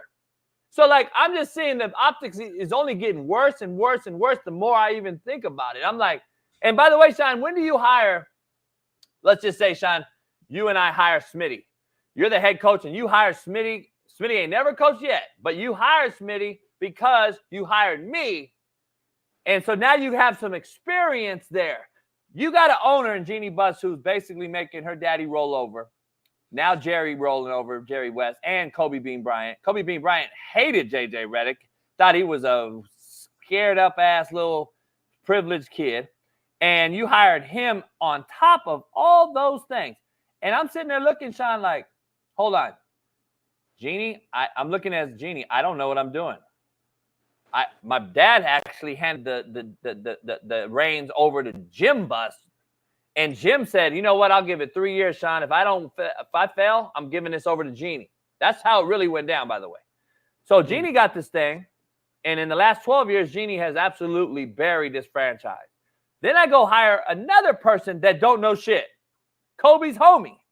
So now I don't know shit. I hire another person that don't know shit. And now the first major hire in the LeBron's last farewell tour is a guy that don't know shit. So where are they getting the knowledge from? Okay, let's go hire Monty Williams as an assistant. Yay. What is that going to do? That is not enough. There's not enough. Did that happen? It can happen, but it's not enough. I thought it did happen. Okay, it's not enough. There's no hierarchy. There's no leadership in this organization no more, Shaun. Like the leaders create more leaders, Smitty, not followers. We got a bunch of followers going on around here. I would never hire in my life, Shaun, another homie to coach with me if I ever coach again. I would never hire a homie because they think they can show up late. They think they can talk to you a certain way. They think they're above the board. They think that they walk on water and not get wet. They're unfireable. How are you going to hire your homie as your GOAT run? I'm considered a GOAT. I'm chasing Michael Jordan. I'm chasing Kobe Bryant. I'm at the team where Kobe has 5 rings. How does this work out, Shaun? How does this end well? I just don't see it. Man, we shall see. I would say this, and listen, I'm telling you, I don't have an opinion on if JJ's a good or bad hire. The way the NBA exists in 2024, they've minimized the head coach in such a large capacity. I mean, outside of San Antonio, looks like Missoula has real control in Boston, but most of these guys, I mean, they've been minimized to a point where the teams are really run by the stars anyway. So the interesting thing for me will be how much buy-in does JJ get from LeBron? Because if LeBron's 100% bought in to whatever JJ is bringing in culturally, schematically, then JJ got a hell of a chance to be successful. I mean, it's not like they didn't take the Nuggets to 7 games? Was it 6 or 7? They got swept. Oh, okay. Well, yeah, that was. But it was a competitive sweep, though. Competitive games, right? Yep. So I'm just saying, like, it's not like, and I know the play-in stat that you said, but Dallas made the finals in the West. So as loaded as we think the West is, every team in the West has like a major deficiency in some way. Maybe Denver's probably the most complete team, but those other teams got deficiencies. So if JJ gets 100% buy-in from Braun, which means that the rest of those guys are kind of forced to buy in, maybe it works. If this is more of like JJ, come get this bag, and I'm gonna do my thing. You do your thing, and I'll buy in when I want to. Then it's probably not gonna work. I'll say this about Bronny, and I challenged a whole bunch of people the last month. Name 10 players in this draft. And the draft is next week in the NBA. I don't know two. I couldn't tell you two. Bronny, I can tell you Bronny. Name 10 players. Like, that's the thing. Like, they draft 17. So but I'm not a big college basketball guy myself. I'll admit that. So I'm not the right person to ask anyway. But just because we can't name 10, we're saying we might as well just give it to Bronny. Hell no. Get the best players. But whoever that is, whether I know his name or not, get the best players. That's my point. People are saying that this is one of the worst draft classes in the last 20 years in the NBA. Like, they're saying this thing is devoid of any for sure talent. Like, every mock draft got a different number one. It's not even like a Wemby in this draft. Like, it's a couple guys from over in France that people think are going to translate. I mean, so it's all over the place. Shaun, let me give you another take. And Smitty, I got to ask you as a coach, and Shaun, you'll understand what I'm saying. Like, as a coach, our number one sole objective is to get the band of brothers on the same team in that locker room.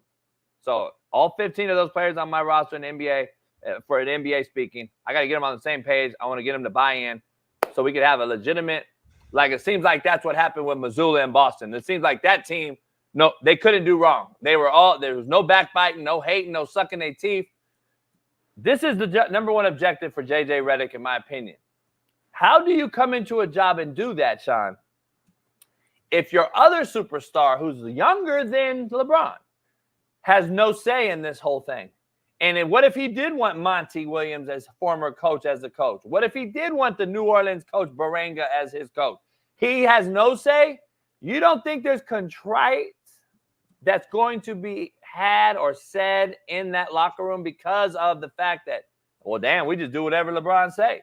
And then when they draft his son, which I think is evident, it even gets worse. Like, I just don't know how you recover from the little nuances that a coach has to go through, Shaun, that you and I know I'm talking about.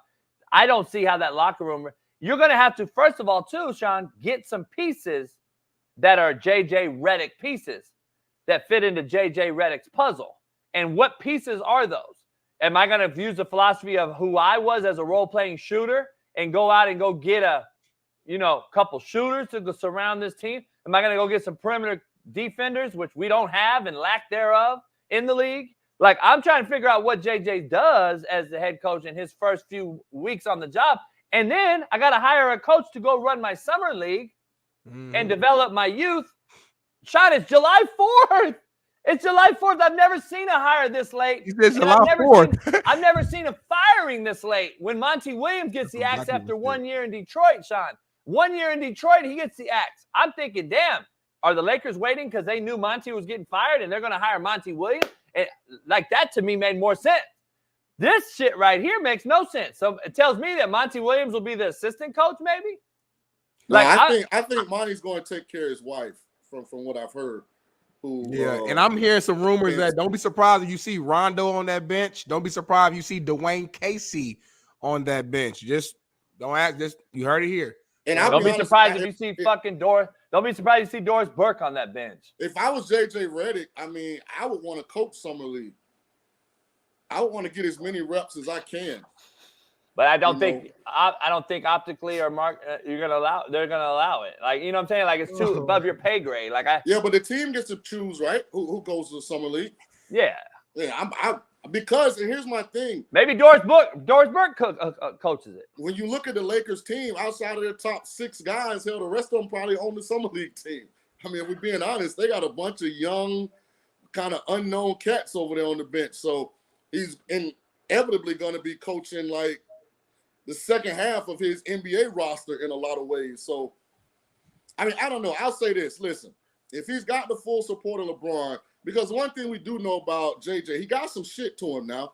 Yeah, he got a little swag to him. Yeah, we've seen him, like, when Stephen A. get out of hand, check Stephen A. on Stephen A.'s show, which, people don't do, but doing it in a way, like, that digs even deeper to Stephen A. You know what I'm saying? Because he's not just loud and obnoxious. Like, he's hitting him with at least what in his mind are like facts and like points of emphasis. So, like, he got a little something to him. I mean, we saw him at Duke. He was the most booed player in college basketball history. And we saw him go in the gym after gym on the road and be a killer. I'm a Duke men's basketball fan. Yeah. I'm just like, I want to see him do it to LeBron, though. LeBron, stop bullshitting on defense, LeBron. Come on, get back. I'd love to see that. I'll say this, Smitty. Does anybody coach like that in the NBA now outside of maybe Popovich? Rick Carlisle, I think. Thibodeau. Dude for the Knicks. What's my guy for the Knicks? Thibodeau. Tom Thibodeau, I think. Yeah, few of them. I think JJ, I go back to this, if he has LeBron's full support, because here's what LeBron is. LeBron's not a leader because obviously he doesn't like being the bad guy. No, he won't even take the last shot. He's gonna pass it off. But I'm talking about. No. I know what you're saying. I'm talking like all the off the courts, like practice. Yeah. Like Kobe and Jordan had no problem with half the team or her whole team hating them. Yeah. But they were gonna get what they wanted to get out of practice. They were gonna make sure. Like LeBron seems like he's that kind of like, I'm gonna do my thing. I'm gonna show my. I'm gonna lead by example. But he don't seem like the guy that wants D'Angelo Russell to not like him. So he's not gonna go over there and check D'Angelo like, yo, I mean, what's going on, partner? Like, he's not Draymond, like the good parts of Draymond. Like, so if JJ can fill that vacuum and he's got LeBron's support, I mean, we'll see how it plays out. We got 10 minutes, Smitty. Let's get on through. Let me move on. Yeah, we went a little long on that. Let's move on to college football. Try to go a little quicker on these, man. So Washington football head coach Jed Fish says that college football couldn't be in a better spot. Shaun, I'm going to throw it to you first. JB, you follow up. Agree or disagree to this statement about college football? It couldn't be in a better spot than it is right now. That's just a man happy to have a big-time job. And he's not going to say anything to jeopardize that current situation he got. The wife's smiling. The kids are happy. He's in the biggest house he ever been in with a view of the lake. He just, hey, AD, what do you want me to say? And then he went and regurgitated what the AD told him. I agree 1,000%. I'll even say this is half the landscape is full of fake folks who could care less about the babies. I'm just telling you straight up. And I know certain things about this one. But anyway, I'm gonna spin it off Shaun's take on this, and we move to the next question. I think this take is not only what Shaun said, but because basically this guy is an NFL guy his entire life who's worked for Belichick for mostly his professional career. And this is an NFL take because of the salary cap that's involved now with NIL and collectives. This is an NFL coach talking in a pay-for-play league, which I just broke down yesterday that I had a video go viral on, because this is the reason why. This is no longer amateurism. This is pay-for-play, professional football. We don't care about the babies anymore. We don't care about their degrees. We don't care about them graduating. Let's just keep it real. They can enter the portal 5 times, and it is what it is. So that is the take, not only what Shaun said, but he's an NFL guy talking. This is an NFL take. That's a hell of a take, JB. It's a great point. Speaking of NFL coaches, man, Eric Bieniemy, I know you're a fan of, I believe. I guess this report came out about last season. It says that offensive coordinator Eric Bieniemy reportedly did not allow players to wear their hats backwards last season. Quote from Commanders offensive tackle Sam Cosmi. That was something that we as players, offensive side, we weren't allowed to wear our hat backwards. It's kind of I guess what's your opinion on this take? It's not that big of a deal for me, honestly. I guess if you're in the locker room though, you might look at them like, damn, like why are you worried about, how I wear my hat or how I wear my shirt? But I don't think it should be that big of an issue, in my opinion. Shaun, what's your initial reaction to this? This is why Eric Bieniemy hadn't got a head job yet. I think he's got a lot of good traits from a discipline accountability standpoint, but I think he goes overboard unnecessarily. Okay. Like, I mean, Tony Dungy used to say it perfect. He said, when I played for the Steelers, Jack Lambert smoked cigarettes and stretch.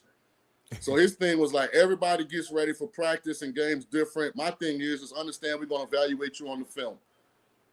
Yep. Like, if a guy likes to wear his hat backwards because he likes the way it look, who the hell cares, coach? Long as you ball out, huh? Right. Like, judge me on what happens when you hit go on this video.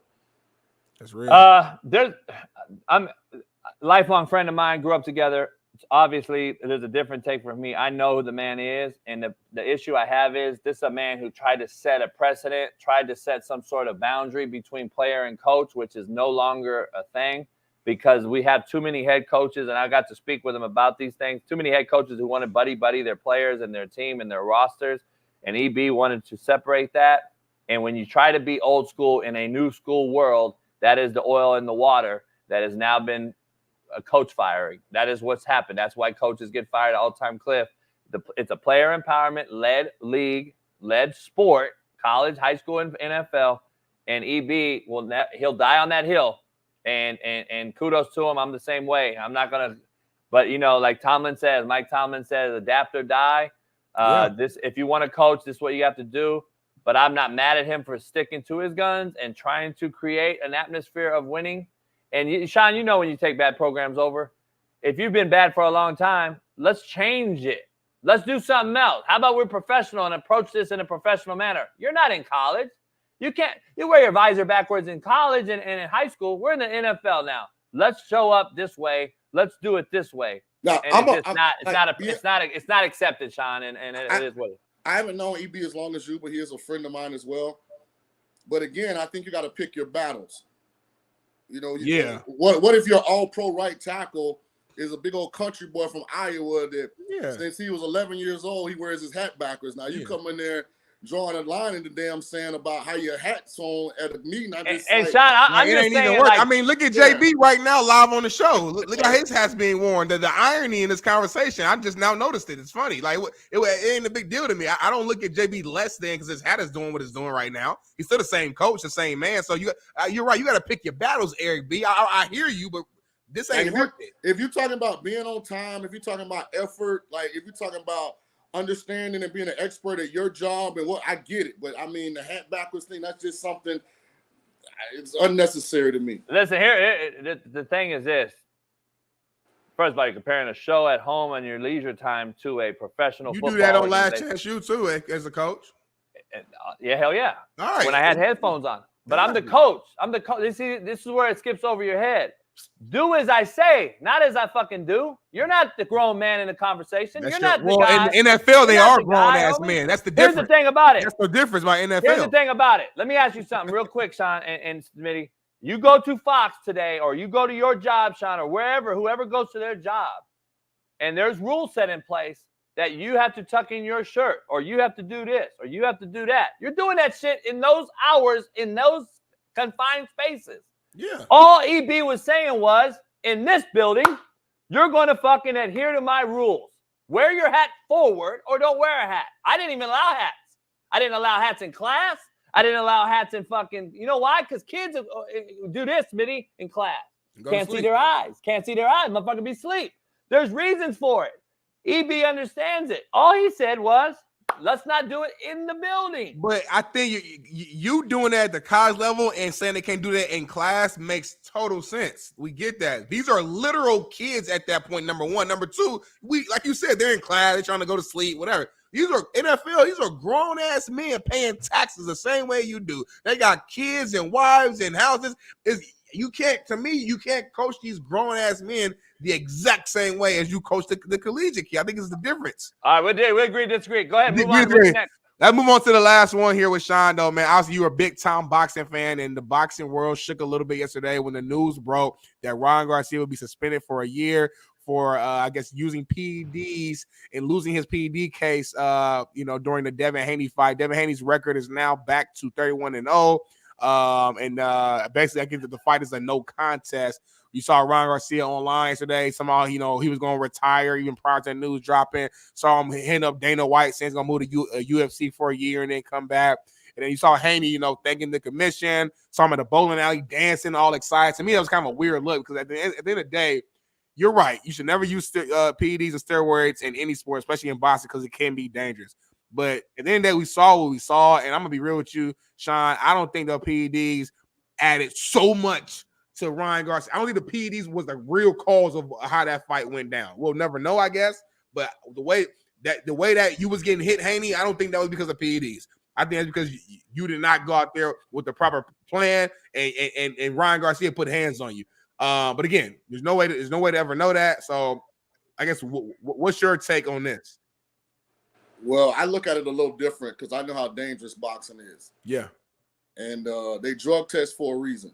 Mm-hmm. And when you take something that's illegal, it enhances your performance on said night of competition. And that's dangerous. Like, what if Haney would have died? Like, we'd be looking at this different. But steroids, no matter how little or much of an advantage they give you an advantage. And to me, that's some bullshit in any sport, but especially in one like boxing, where we've seen people lose their life. I think the 1 year suspension is complete BS because these fighters only fight once a year nowadays anyway. So it's not like he's missing a whole lot. They should have gave him 2 years. They should have gave him 2 years and said, we're going to drug test you during the suspension. And if you test positive at any time during the suspension for anything, for illegal drugs, steroids, then you're banned for life. Like, that's how serious I think they should take, this particular thing, because boxing's a dangerous sport, man. You can't play with this. As for Haney, I think Haney and his dad and everybody around, I think they had got a little entitled. I think they had got a little overconfident. So it'll be interesting, how do they bounce back from this? I think this brings a little more reality into where they're at. I think Haney's talented, but I do think he has some deficiencies he has to fix. They get a repass on the loss, but we'll see. You know, interesting, the drug that Osterine or whatever it is. Yeah. Like, it's all over. If you haven't noticed in the last couple of weeks, it's been all over the news as like cancer causing mental issue. Like they're breaking down this thing, kind of like the jab that everybody took, and they're like breaking this thing down. And it could have maybe now there's a reason why all the tweets and everything we are calling out Ryan Garcia on, saying this stuff that as everyone's calling it outlandish and all this, maybe there's a reason behind it because of that particular drug. So I don't know. Shaun, as we get out of here, take a break.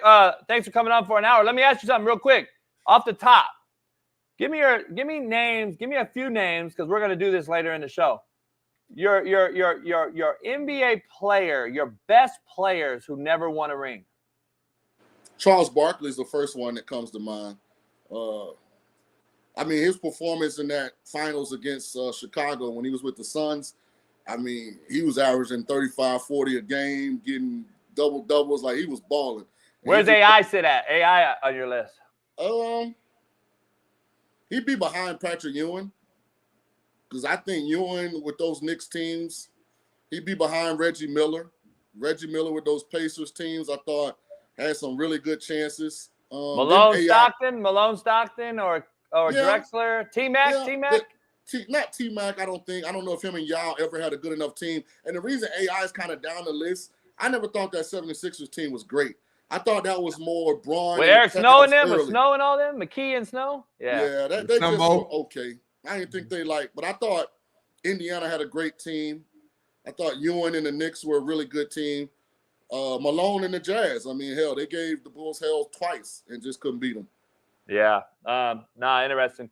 Man, enjoy the weekend. Last weekend, the UFL championship game, 25-0. It seems like professional sports in all areas have just been very, very Who won? mid.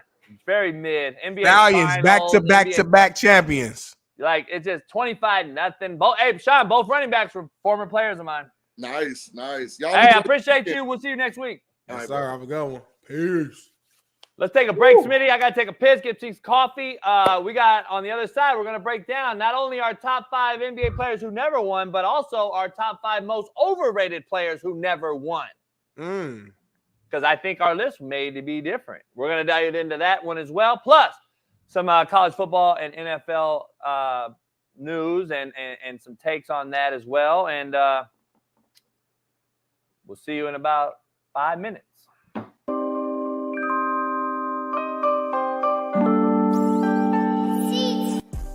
Our democracy, I think, took a hit. I truly do think that they took a hit. I think we took a hit and stepped backwards in life in this country. And I think it's I told Smitty, because Smitty's young in this thing, you're fairly close in age. And as I get older, I start to look into more politics because it affects my money, my dollar, my investments, my properties. And when you get older, when you're younger, when I was 30, I could give a fuck less about politics. But now that you look at this administration and you see the things that are happening, there's no denying child trafficking is at an all-time cliff. There's no denying it. And I believe one of these guys running for president, which was in a trial yesterday that got convicted of something I think is laughable, versus the other administration who's currently in office. And there's a reason why this is out like that. Ukraine is literally the #1 child trafficking country in the world. And no one wants to talk about it. And we're funding them. Now, are we funding them for that reason? No, I don't know. But the bottom line is the administration as a whole is what I was telling and explaining to Smitty, is if you back that administration so heartily and wholeheartedly, and you really think this administration is it, I think there's some delusion. That's all I say. I'm like, you don't have to vote for Trump. You don't have to vote for anybody. All I'm saying is this current administration is clearly pushing one gender to be able to get rid of certain parts and without parental guidance or parental rights. I've never seen that in my life, 48 years. Another guy who wants to be the president is going against it, and that's why they don't want him in there. And then you got a guy who's funding other nations when we have a huge issue with our own veterans. I think that is an administrative issue, and that is what my whole part was. But here's what I'll say, and you made all very good points there. That has nothing to do with this trial, though, and that's I agree. I agree with you that. But does it?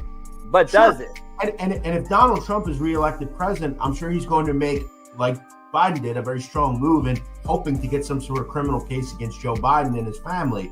That said, I agree, though, that Donald Trump was not awarded a fair trial, in my opinion. Okay. I've never seen it.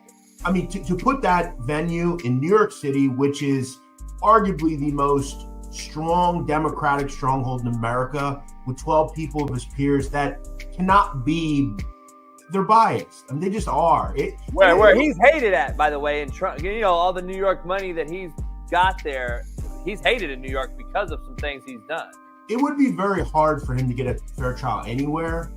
That said, we have to understand the DA, Alvin Bragg, is a funded Democrat. Okay, he's a guy who they handpicked. Right, they handpicked. The city is all Democrat. I think in the last presidential election, it was like 6% Republican, which is insane. You just can't have a fair trial. That said, if you look at the case itself, yes, Donald Trump had sex with a porn star. He then paid her hush money, which, who cares, right? However, he, according to them, deceived voters by not disclosing that he was doing it, and then he tried to falsify that it happened through the hush money. That said, the main witness in this case, Michael Cohen, is a convicted criminal and disbarred attorney who spent time in prison. And that, to me, is a bigger, major issue we have, that we accept the testimony of bad people that have committed a lot worse crime. And listen, I deal with it all the time in the mafia world, right, with the mob genre. Sammy the Bull Gravano was convicted and taking part in 19 murders. 19. And because the government hated John Gotti more than him, they were willing to hear what Sammy the Bull said and painted him as this hero, then let him out of prison. He then reoffended and sold ecstasy to children. They gave him another slap in the wrist, and he's now on YouTube talking about all of it. And the thought is, why are we trusting these types of people? Michael Cohen is a slime ball. And how is he believable at any level? And that's also, I think, and that's a major issue with the whole informant thing. Yeah. When do we stop? And Jeff, you are very well in tune with the courts and how the legal system works, and I know a lot about it as well, as far as a young knucklehead that had to go through that and understand it. I've actually defended myself in trial without its attorney and whipped the shit out of an attorney, by the way. Yeah, one of my favorite. Boy, JB. One of my favorite things in life that I've ever done.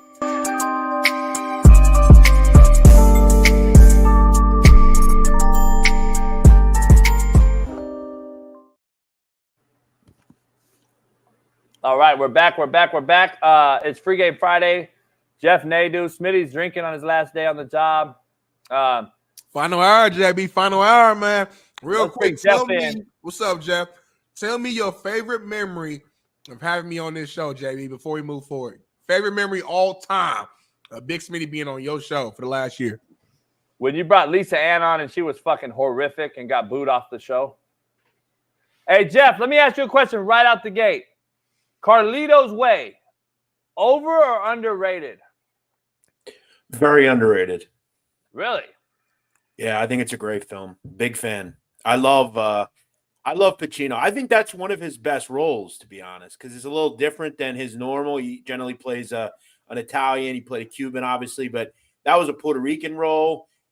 He kind of reprised his way of coming out of prison and kind of trying to stay away. I think the last half hour of that film is really great. I love that movie. Yeah, I don't know. David Kleinfeld's a great character as well. Smitty, you seen it? Nope. I heard of it before, though. Yeah. Peter, I think you're a fucking idiot. You're always in here just talking dumb shit. And I don't like you. I'm going to be honest. I don't like you. You say stupid shit. Take your bitch ass out of here.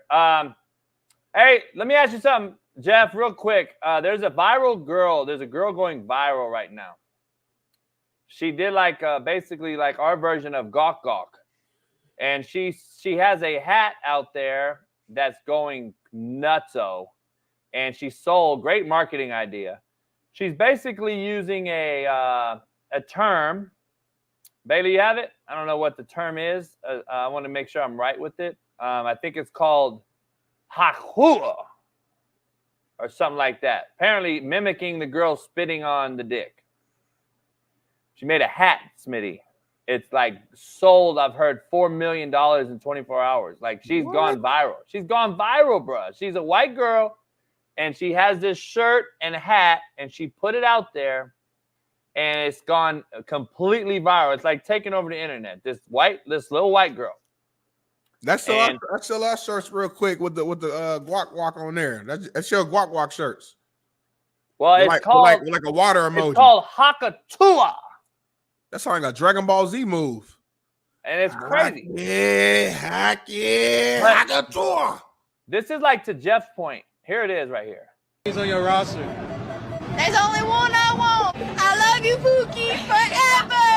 How do you get over a breakup? The only way to get over one is get under another. Get the cobwebs off this thing. This mother don't miss. What's one move in bed that makes a man go crazy every time? Oh, you gotta give him that huck to it. Spit on that thing. So she put that on a hat and a shirt, and it's gone crazy. It's ironic, Smitty. I'm so proud of this young lady because she did it in Pride Month. She shut Pride Month down. I love it. Anyway, good for you. OnlyFans, all that other shit. Go ahead. Steve, Jeff, I got to ask you one thing. Hassan Reddick as an Eagle. Hassan Reddick as an Eagle. Was there issues with Hassan Reddick as an Eagle? Because this apparently has pissed off Robert Saleh. He is in Japan, and your quarterback is not in minicamp either. Is this a telltale sign of leadership in New York? And did he have these issues in Philly when you remember? Well, real quick, with the previous story, just another thing that makes clear our society is completely broken, that person is viral, famous. Yeah, sick, really sick. That said, no, I was a big fan of his here. I thought he was terrific. You know, it's funny. He's having contract issues there. Wouldn't it be something if the Eagles went and tried to figure it out and brought him back? You know, I guess it could happen. Do you have an issue with the dress or what? Oh, no, it's Japan. That's how they dress. He's mimicking the Japan situation, which I didn't even look at. I see that totally different than an NBA player entering an arena in America. But let me ask you something. Let me ask you something, though. Quick. Yeah, go ahead. Just with the Jets, they are a mess. I mean, I talked last week about, look, I get Aaron Rodgers is a veteran. You know, he's been here a long time. We all know that. But to kind of be at a retreat, I think that's insane. Reddick, obviously, he's in a whole nother country across the globe. Definitely the messy team right now. Two of your leaders that you want to be your leaders aren't around. They got to figure something out. Can you? I don't know if you're privy or if you're abreast to it. Privy, okay, JB. Break down the Hassan Reddick situation and why. So he left the Eagles because he wanted a contract extension or a bigger bag. What do you know? I'm not privy. I believe he wanted more money. He wanted to restructure his contract to make more money. Okay, so then what did he do with the Jets? Did he not sign a contract with the Jets, or am I missing something? I guess I don't believe they can afford to give him more money. So they want to just keep his current contract in place, I believe, which I believe is 3 year, $45 million. He wants a new contract to make more money. Okay, so then going back to my original reason for this question, didn't he leave one organization and agree to go to another one for a reason? That means that you accepted it as a professional that I'm going to go to the Jets and I'm going to play for the Jets, and this is the deal. Now it seems like there's a whole bunch of buyer's remorse and reneging going on, and this ain't spades the last time I checked, Smitty. Like, why are we reneging now on a deal that we agreed to? Like, I'm trying to figure out. You were traded. You selected. Remember, because I remember he picked. He got to pick. He was like, I want to go to the Jets. Well, you got to pick now in your trade. You get to pick your trades now in this player empowerment-led league we're in and times we're in. And now you're still unhappy. Doesn't that kind of sit? It doesn't sit well with me, dog. Like you're picking your team. You're getting to leave one team you weren't unhappy with. Go to a team that you think's going to win and still don't show up. Well, it's almost like you owe someone money and you don't do it, and you say you're going to pay them, and you said, "Oh, I'm good, I got you," and then the time comes to pay and you don't pay. They really need to figure this out, because look, when they made this trade, from what we all know, and listen, why do you have an issue paying the guy? He obviously he's been a productive player. He was a productive player in Arizona. He was a very productive player here. Listen, I didn't quite understand why the Eagles didn't kind of try to figure something out here, due to the fact that they have needs on the defensive line, particularly at the edge rusher position. I think they just wanted to stay cheap at that position. They let him walk, and they essentially get a younger version of what they think he can be in Bryce Huff. But yeah, I don't. They're cheap. We know the Woody Johnson guy's a cheap fuck. You got to do something here, because camp's coming up within the next month. Well, mandatory camp's already started, and there's people missing on this Jets franchise. Well, camp, like real training camp is coming. Yeah. But here's that was 2-day mini camp. We keep dismissing the fact that it says mandatory mini camp, and the fact that the NFL mandates mandatory mini camp, and the fact that it's on a schedule year in advance. And everybody on your team has that schedule that says mandatory minicamp. And you keep dismissing the fact that it's mandatory minicamp. I want to make sure we're clear here, because the coaching side of me gets pissed off when we just dismiss it as if it's no big deal. Because he showed up, JB, in the team bonding non-mandatory and blah, blah, blah. It doesn't matter. We're asking, what have you done for me lately business, Smitty? You know better than anyone. You're in a what have you done lately? We don't care about going to the lake and sitting front row of the Yankee game with fucking Garrett Wilson.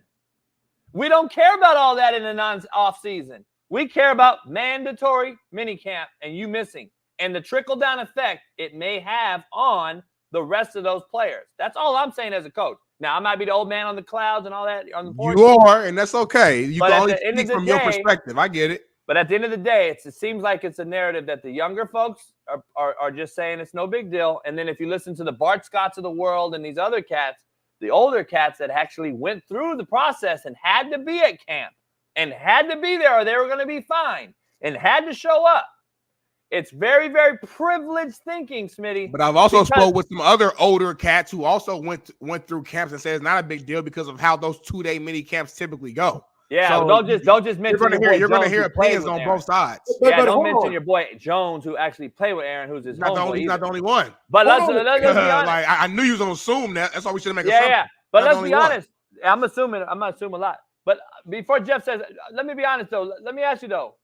doesn't it come off as privilege, Jeff, when you are talking about Aaron Rodgers missing because you don't care if you get fined because you're worth $200 million and it's a lot easier to miss minicamp than it is privilege. for Hassan Reddick, Smitty, or it is for a D lineman that doesn't make that much money? He has to show up because he don't want to get fined. Hassan Reddick's situation is different. He's new to this fucking team. They don't even know you. He should be there. I can't compare him to You get my Aaron point. Rodgers. I'm saying in general, though. In general, Not for nothing. I mean, Aaron Rodgers has only been there, a year, and he didn't play the whole season last year. I just feel like it's kind of a weird thing that and listen, if he's not there, I get it. A lot of guys don't show up. I know certain Eagles, Lane Johnson didn't show up to it.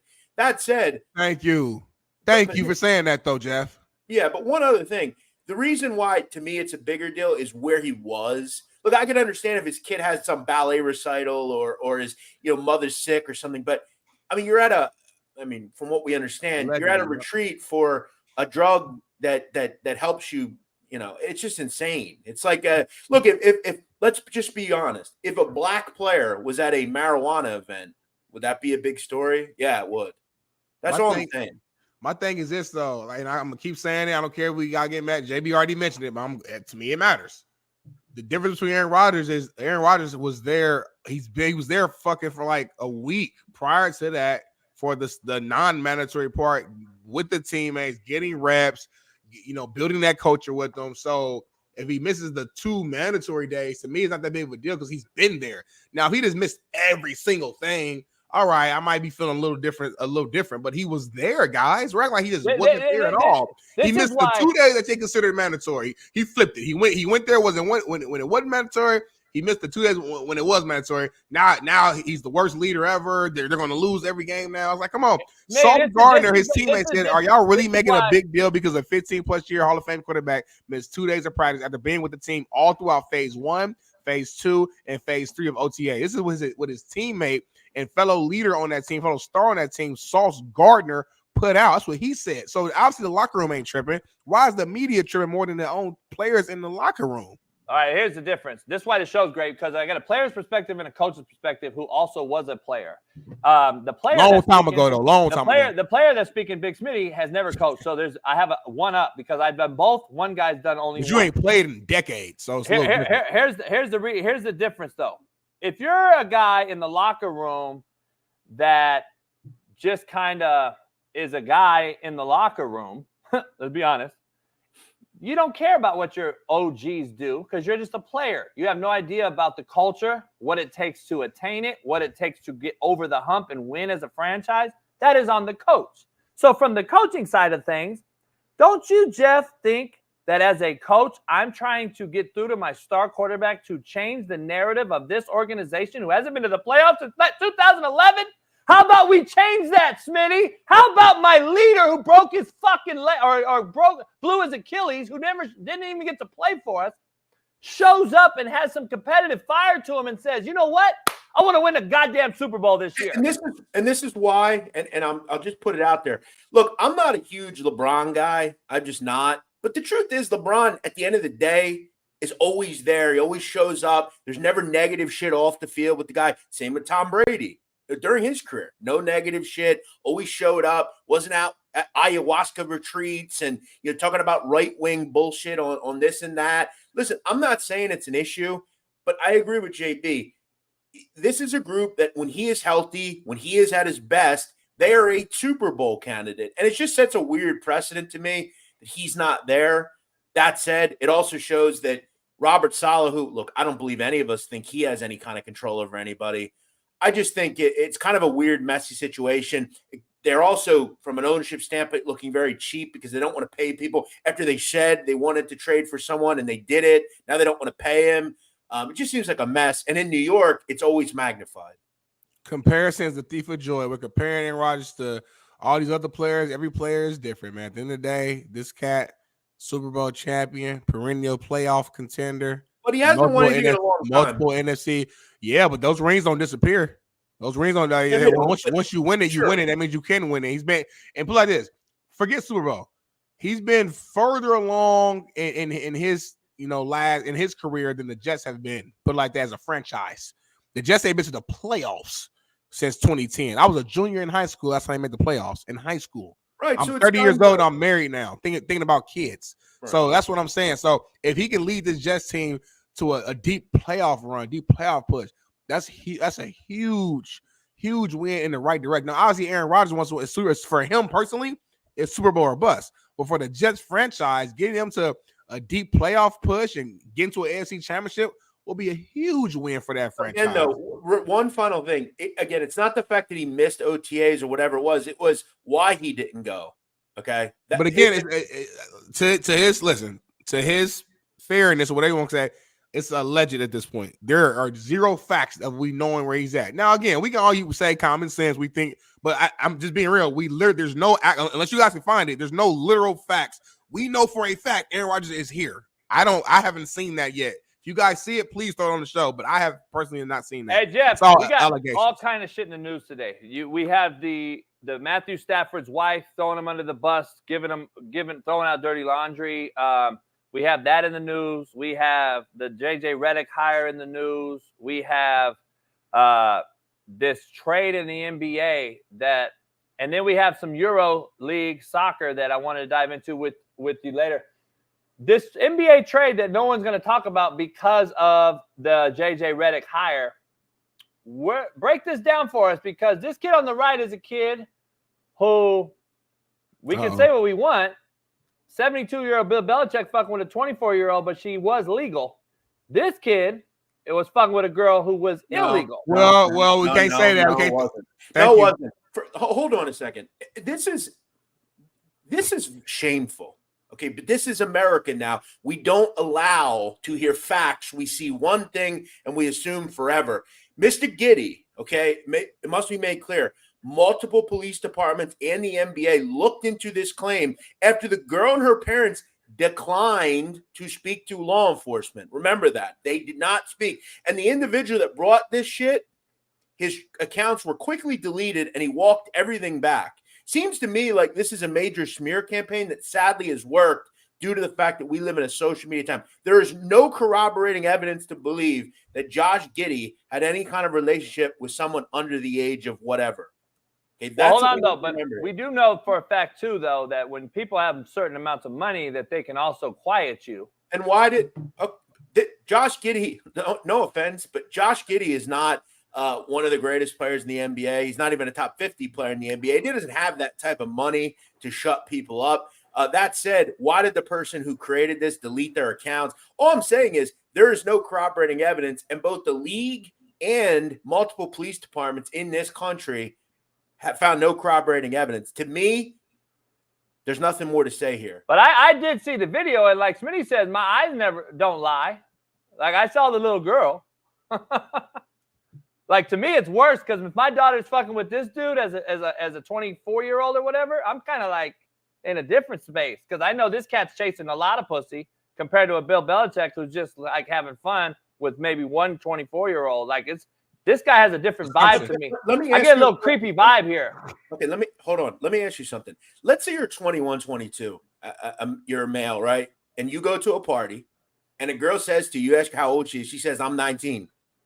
Are you going to sit there and ask her for ID? How do you know he didn't have that happen to him? How do we even know this happened?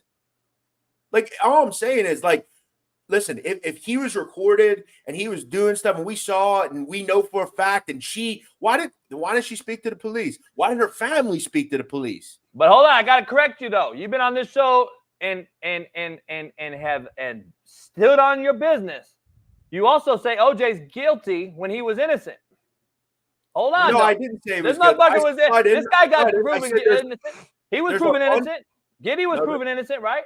Correct. And you're 100% right. That said, though, there is a bunch of corroborating evidence that he is likely guilty to me. And he even said that. He even has said that on camera. If I did it, this is how I did it. And then he went through step by step how he would have did it. You're right, though. In a court of law, Orenthal James Simpson was found not guilty. That said, he's still a convicted felon who did decades in prison for other crimes. That's all I'm saying. That's just the point here. Yeah, I'm just saying. He is a scumbag. And to me, O.J. Simpson, regardless of what, I don't get put in this type of shit. You don't get put in this type of shit. Smitty don't get put in this type of shit. O.J. Simpson is a scumbag. He killed his wife and her friend, in my opinion. That said, this is totally different. There is no evidence to say Josh Giddey had a relationship with an underage female. In fact, no one had corroborating evidence to prove it. And there's video evidence that they were together. Now, having sex, no. But I'm just saying, there's obviously, it's pretty much the same thing about OJ. Like, this guy's on video, seen with these young girls, and this one girl in particular, right here, Huntington Beach, California, Newport Beach, Huntington Beach, right up the street here. And it's like, well, we know that he's been messing with the girl. And then we know all of a sudden that there was something filed, and then all of a sudden the parents decided not to. Now, this is your wheelhouse. I'm going to lean on you on this. But right. What do you think about the trade? Well, do you think this has something to do with it, is what I'm saying? I don't think. Listen, going to Chicago, OKC, I mean, both solid. One's a very good team. The other's kind of an up-and-coming team. Alex Trusa's a great player. Two solid players here. Look, I think you're getting – as far as offensive player, it's Josh Giddey. Alex Trusa is a better defensive player. I think it's kind of an even trade per se. I don't think from a basketball standpoint. Look, going from OKC to Chicago for a career, if you want to calm someone down, probably not the best thing. I don't think they have any worry. Did Josh Giddey miss any time? No, right? He didn't.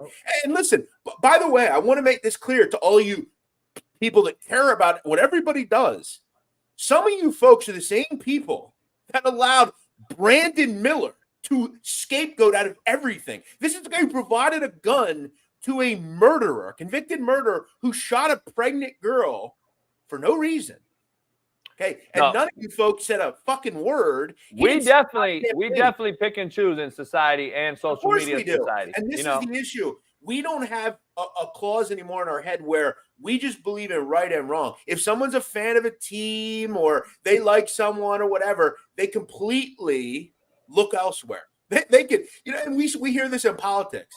A certain political candidate used to be president. He could shoot somebody in the head in the middle of Madison Avenue and they would still defend it. We don't have a thought in our head where we just look at right and wrong, right? And according to what we know about Josh Giddey, look, I'm not going to send him to the slaughterhouse for something that one anonymous Reddit account, because let's remember, it's not like Reddit are full of great people either. They're fucking undesirables as well. So let's just, all I'm saying, not jump to conclusions over. And I also want to be clear too, whether it's right or wrong, morally or legally, it wasn't a R-word case. It wasn't a domestic violence case. It was a moral case. It was she was younger, but she liked him. She wanted him. Obviously, it was a mutual thing. To me, carries a little more weight than something that was taken or aggressively taken.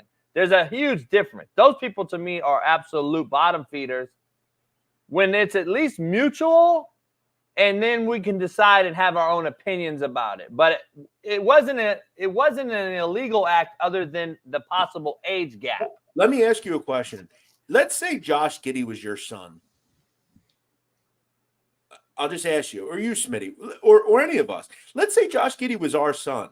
And this is the kind of stuff that, he's a basketball player. He has to deal with. Think of you being this guy. There's no evidence against you. And no one wants to hear. They just relate you as you're a bad PEDO the rest of your life.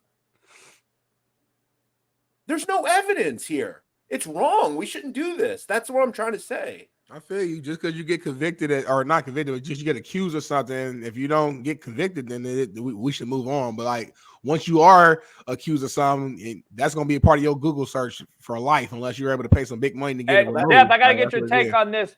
We got Shaun King's take on this. I got to get your take. Matthew Stafford's wife, viral news today or yesterday. She basically, I don't know. Are you privy to this? I've heard a little bit about it, yeah. Let's play the video there from the start. Start from the beginning. Let's play it one more time for the new people in baby. Date and you were all in? Yeah, girl.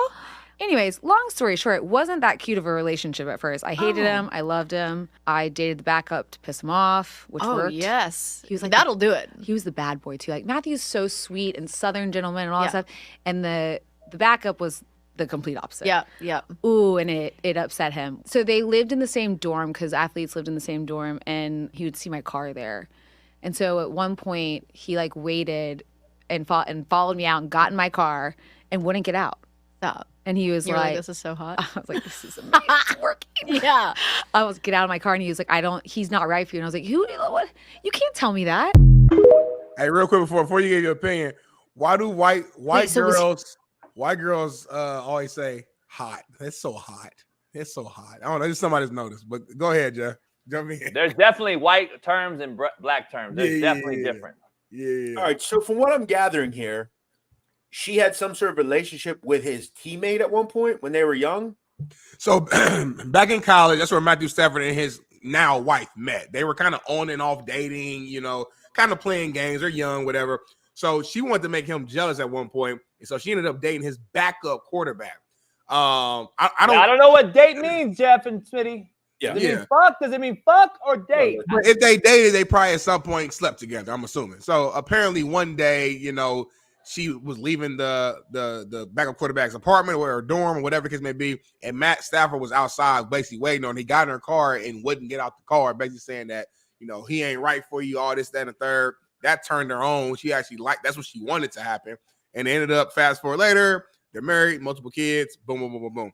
I guess it's like, I'll give my take real quick. It's just, I don't think she should have put that out publicly at all. She's wrong. She's talking too much. There's no win in you saying that.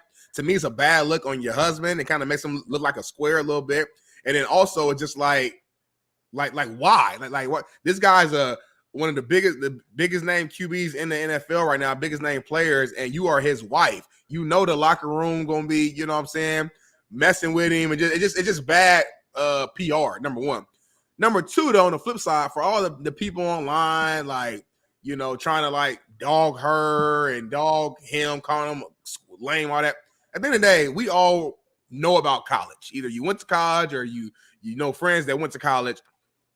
All these women was out there, multiple bodies, sleeping with multiple people, multiple players. I got so many stories in my head that I just keep to myself. I see women now who are married with kids and beautiful families, but you go back to 2014 at La Follette dorm, I know some stories of what they was really doing at that point in time. That's part of the growth, part of the story. So I'm not going to bash her for who she slept with, who she dated with in college, but I am going to bash her for making this public because it was unnecessary.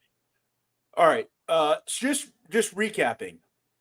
She was dating another guy, Matt Stafford. No. Okay. She was with Stafford first, back and forth, and then tried to go fuck with his backup just to get him back. Okay. Yeah, well, listen, 15 plus years ago, they were kids. I think she's probably just reliving, hey, this is a crazy relationship. It wasn't always great at the beginning. I'll just say, I know someone that's very close to me, very close, a female, very close to me. I wouldn't say a similar story, but, similar in a way. And look, this happens all the time. What's her name again? I'm not going to say.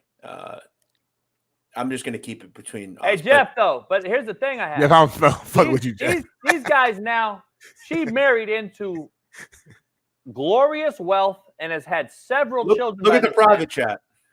By the way, they have had.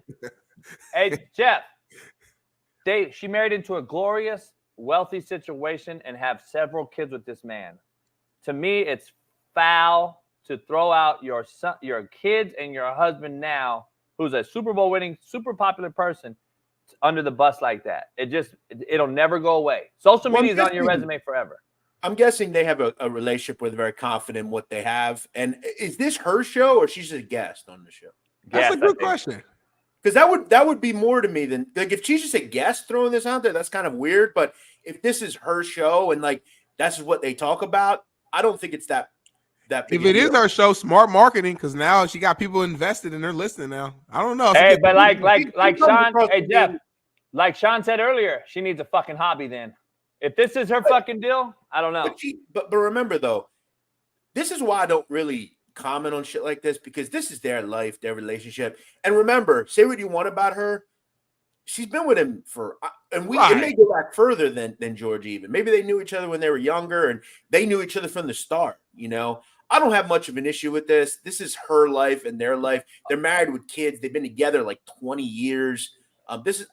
look, if it was 3 years ago and she just came out of nowhere, then probably. But let me ask you this: Do you see? Let's talk from Matthew Stafford's side as a man. Do you see a lot of simp in him for going after her after she was with the guy? Because he went into the car after apparently she left his room.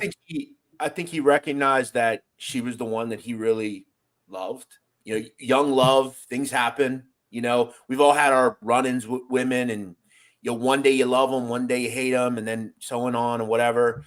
I don't have an issue. They were young, they were in college, weird shit happens. And look, they're 15 years later, they're together and everybody's happy. Who cares? So does the end justify the means? Does like we're looking at them now, they're happy, they're married, beautiful family, kids. So it looks like he made the right choice, obviously. Of course. But does that justify him going to a shorty after she just left his teammate's house, who she's currently dating, and telling her, "Hey, he ain't right for you"? Like, I'm trying to picture myself back at Ball State. Remember though, go ahead. Real quick, remember, we don't know the context of the relationship with the teammate, right? Maybe they just went out, hung out, or something.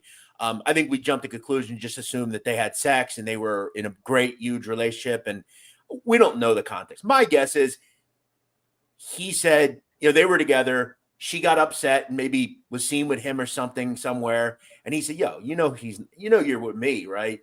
You're mine, right? Essentially. Right. And that was that.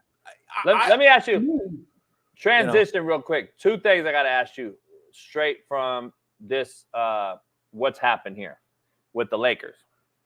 Obviously, I've rest in peace the Lakers. No longer will I support this franchise and organization. Hopefully, the LA fan base goes on over to the JV team in Marcellus Wiley's Clippers.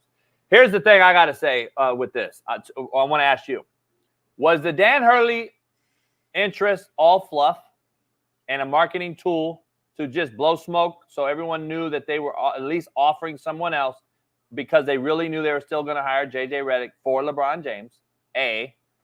And then B, give us your take on the actual hire. No, I don't think it was smoke. No, I think they really wanted Danny Hurley, and Danny Hurley, which is weird because they didn't give Danny Hurley enough money. So, yeah, maybe you're right. I don't really know.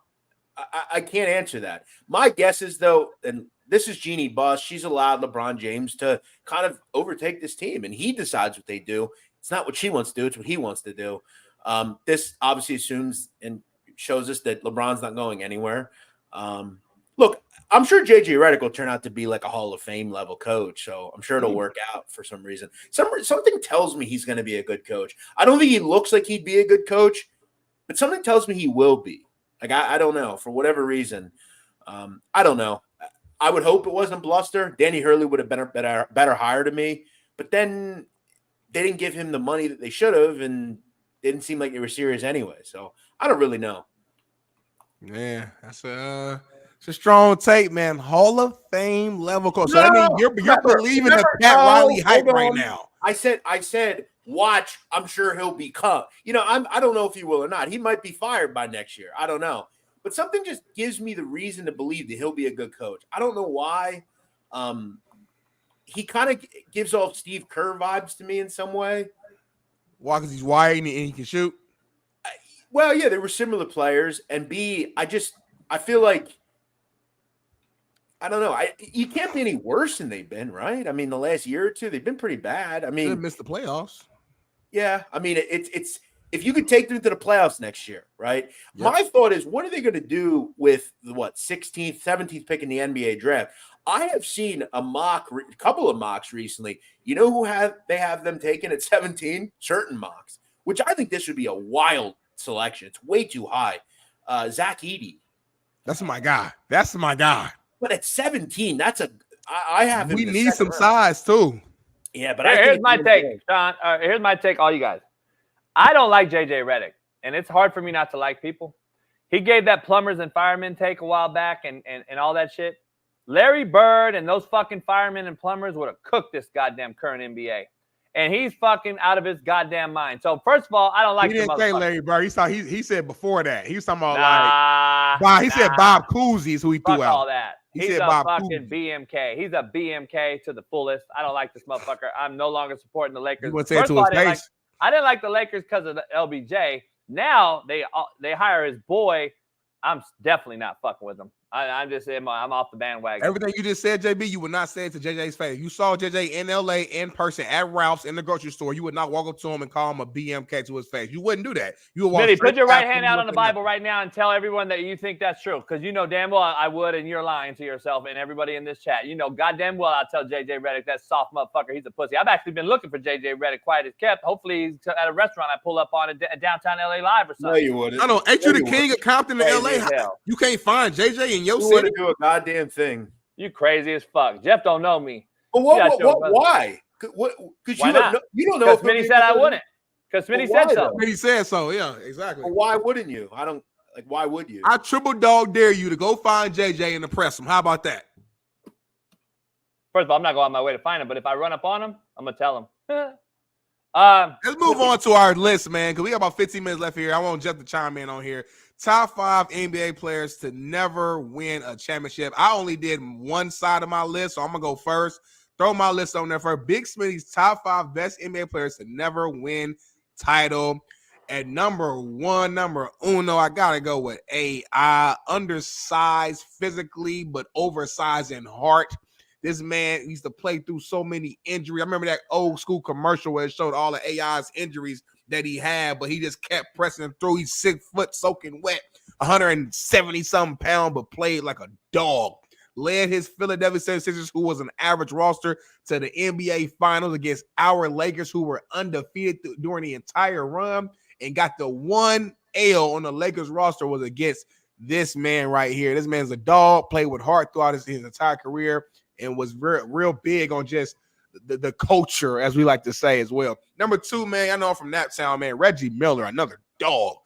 Ultra just competitor. Used to go at Jordan all the time, man. Never backed away, shied away from any, competition. Another cat that led his team to NBA Finals, but ran into our Lakers and, was unable to complete that. And then later on in his career, when he had another loaded team, obviously the brawl in Detroit messed that team up, messed that chance up because they were a number 1 seed at that time, contrary to a lot of you guys believe. So Reggie Miller has to be number 2. Number 3, Charles Barkley. I mean, this guy, man, underrated. His overall player, man. I mean, he's a great rebounder, great dribbler, stretch the floor, could shoot, could drive. From an offensive standpoint, he can really do it all. Led his team to NBA Finals as well, but ran to Michael Jordan, as did a lot of people, and could not get over the hump. Number 4, hey, man, I think this guy does not get enough respect. This is more of my generation, so I'm going to put him on there. It's Carmelo Anthony. I think we kind of lose sight of prime Carmelo Anthony because his, later years wasn't that special. But prime Carmelo Anthony with the Denver Nuggets, who led them to a Western Conference Finals, who played against our Lakers very, very tough in that series. He would go at Kobe offensively, defensively. You see Kobe, him going at it. This guy was a dog in Denver, had a nice run early on with the Knicks, took them from a non-playoff team to a playoff team. They would compete against LeBron James and the Cavs. The guy was really, really good, man. To me, an all-time scorer. I don't care about the stats. I'm talking about straight ability of a guy who can just get a bucket at any point on the floor. You talk to other prime-time defenders during that era, and they talk about who's the hardest guy to defend. Melo was always one of those guys whose names got thrown out. And then number 5, Karl Malone. For the longest, he was the second all-time leading scorer. He's now number 3. Made it to was it 2 NBA Finals, if I'm not mistaken? Again, another guy who ran into Jordan and just couldn't get over the hump. You'll see a trend with a lot of guys on my list.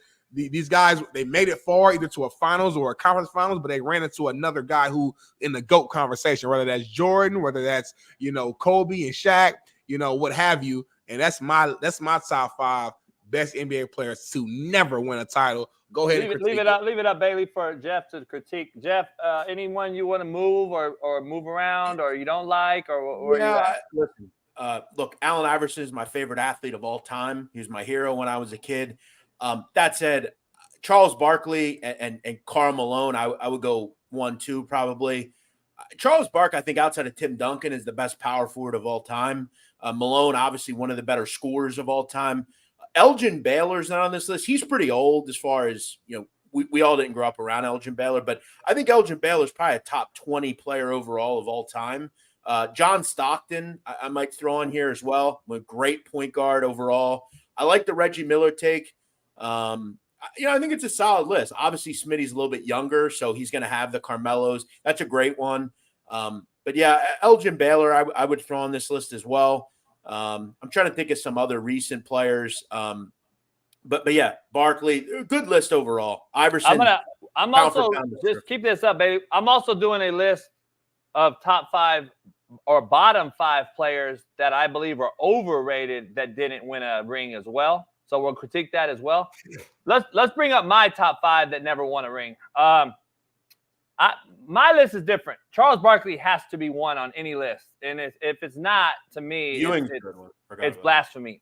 It's funny you said Elgin Baylor. I have him as 2 all time. It's unbelievable that he didn't win a ring on those great teams.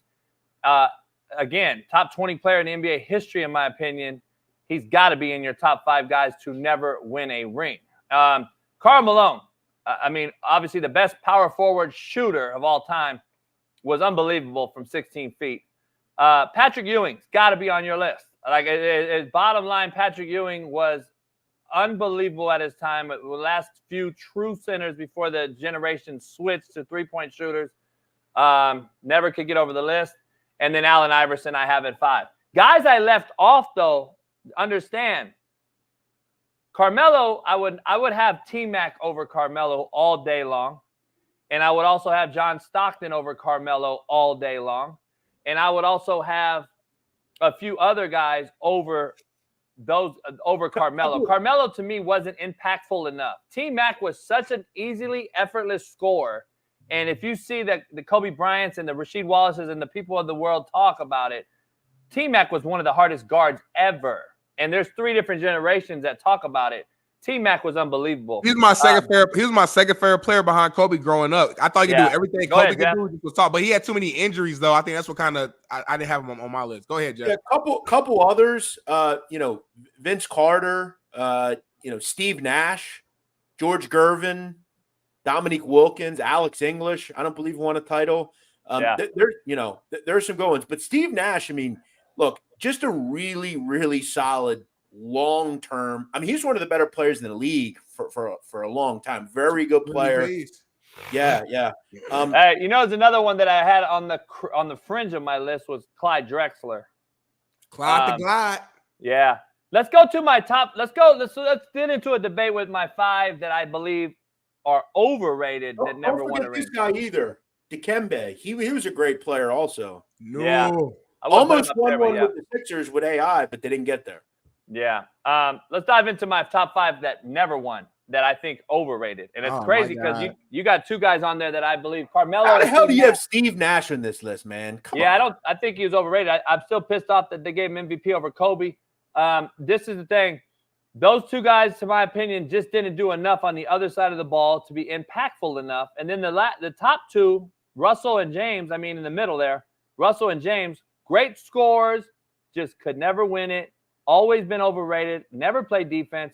And then Chris Paul, the most overrated player of all time. So there's my 5 players that I believe are overrated that never won a list. Go ahead and manipulate that, Smitty. Go ahead and move it around.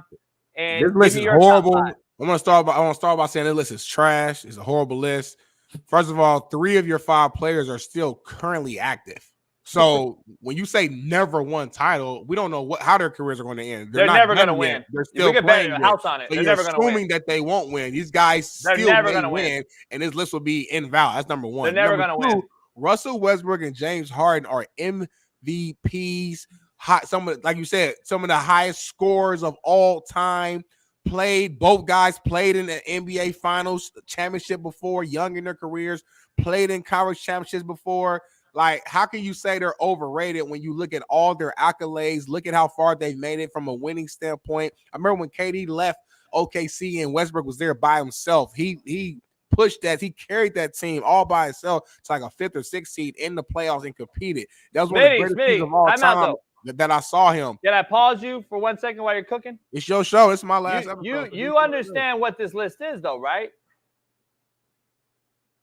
Like, this is a great players list that never won, but I think they're the tier below the top 5 players that never won. So it's not like they're garbage players. I'm just telling you that they're overrated on the list that never won. I'm not saying that this isn't my bottom 5 all-time players. I'm just telling you These are 5 players that haven't won and won't win a title that are overrated, in my opinion. That's all it is. I mean, I think maybe one. I'm not going to say he was an overrated player. I don't think he became what I think a lot of people thought he would have been. Grant Hill, maybe. I mean, injuries though. Yeah, that was my issue. I mean, injuries played a huge part. And as JB, you and I have talked about, if you're not on the court, that's as good as you not playing well because you're not on the court. And remember, early in his career, I think in his first 4 seasons, Grant Hill was in there a lot, but really towards the middle to end of his career, I mean, he didn't play much at all. He was constantly injured.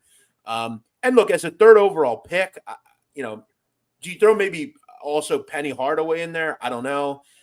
This is a tough list. I think it's tough. You're right, Smitty, in terms of, like James Harden, look, at times, a few years ago was one of the better scorers in the NBA.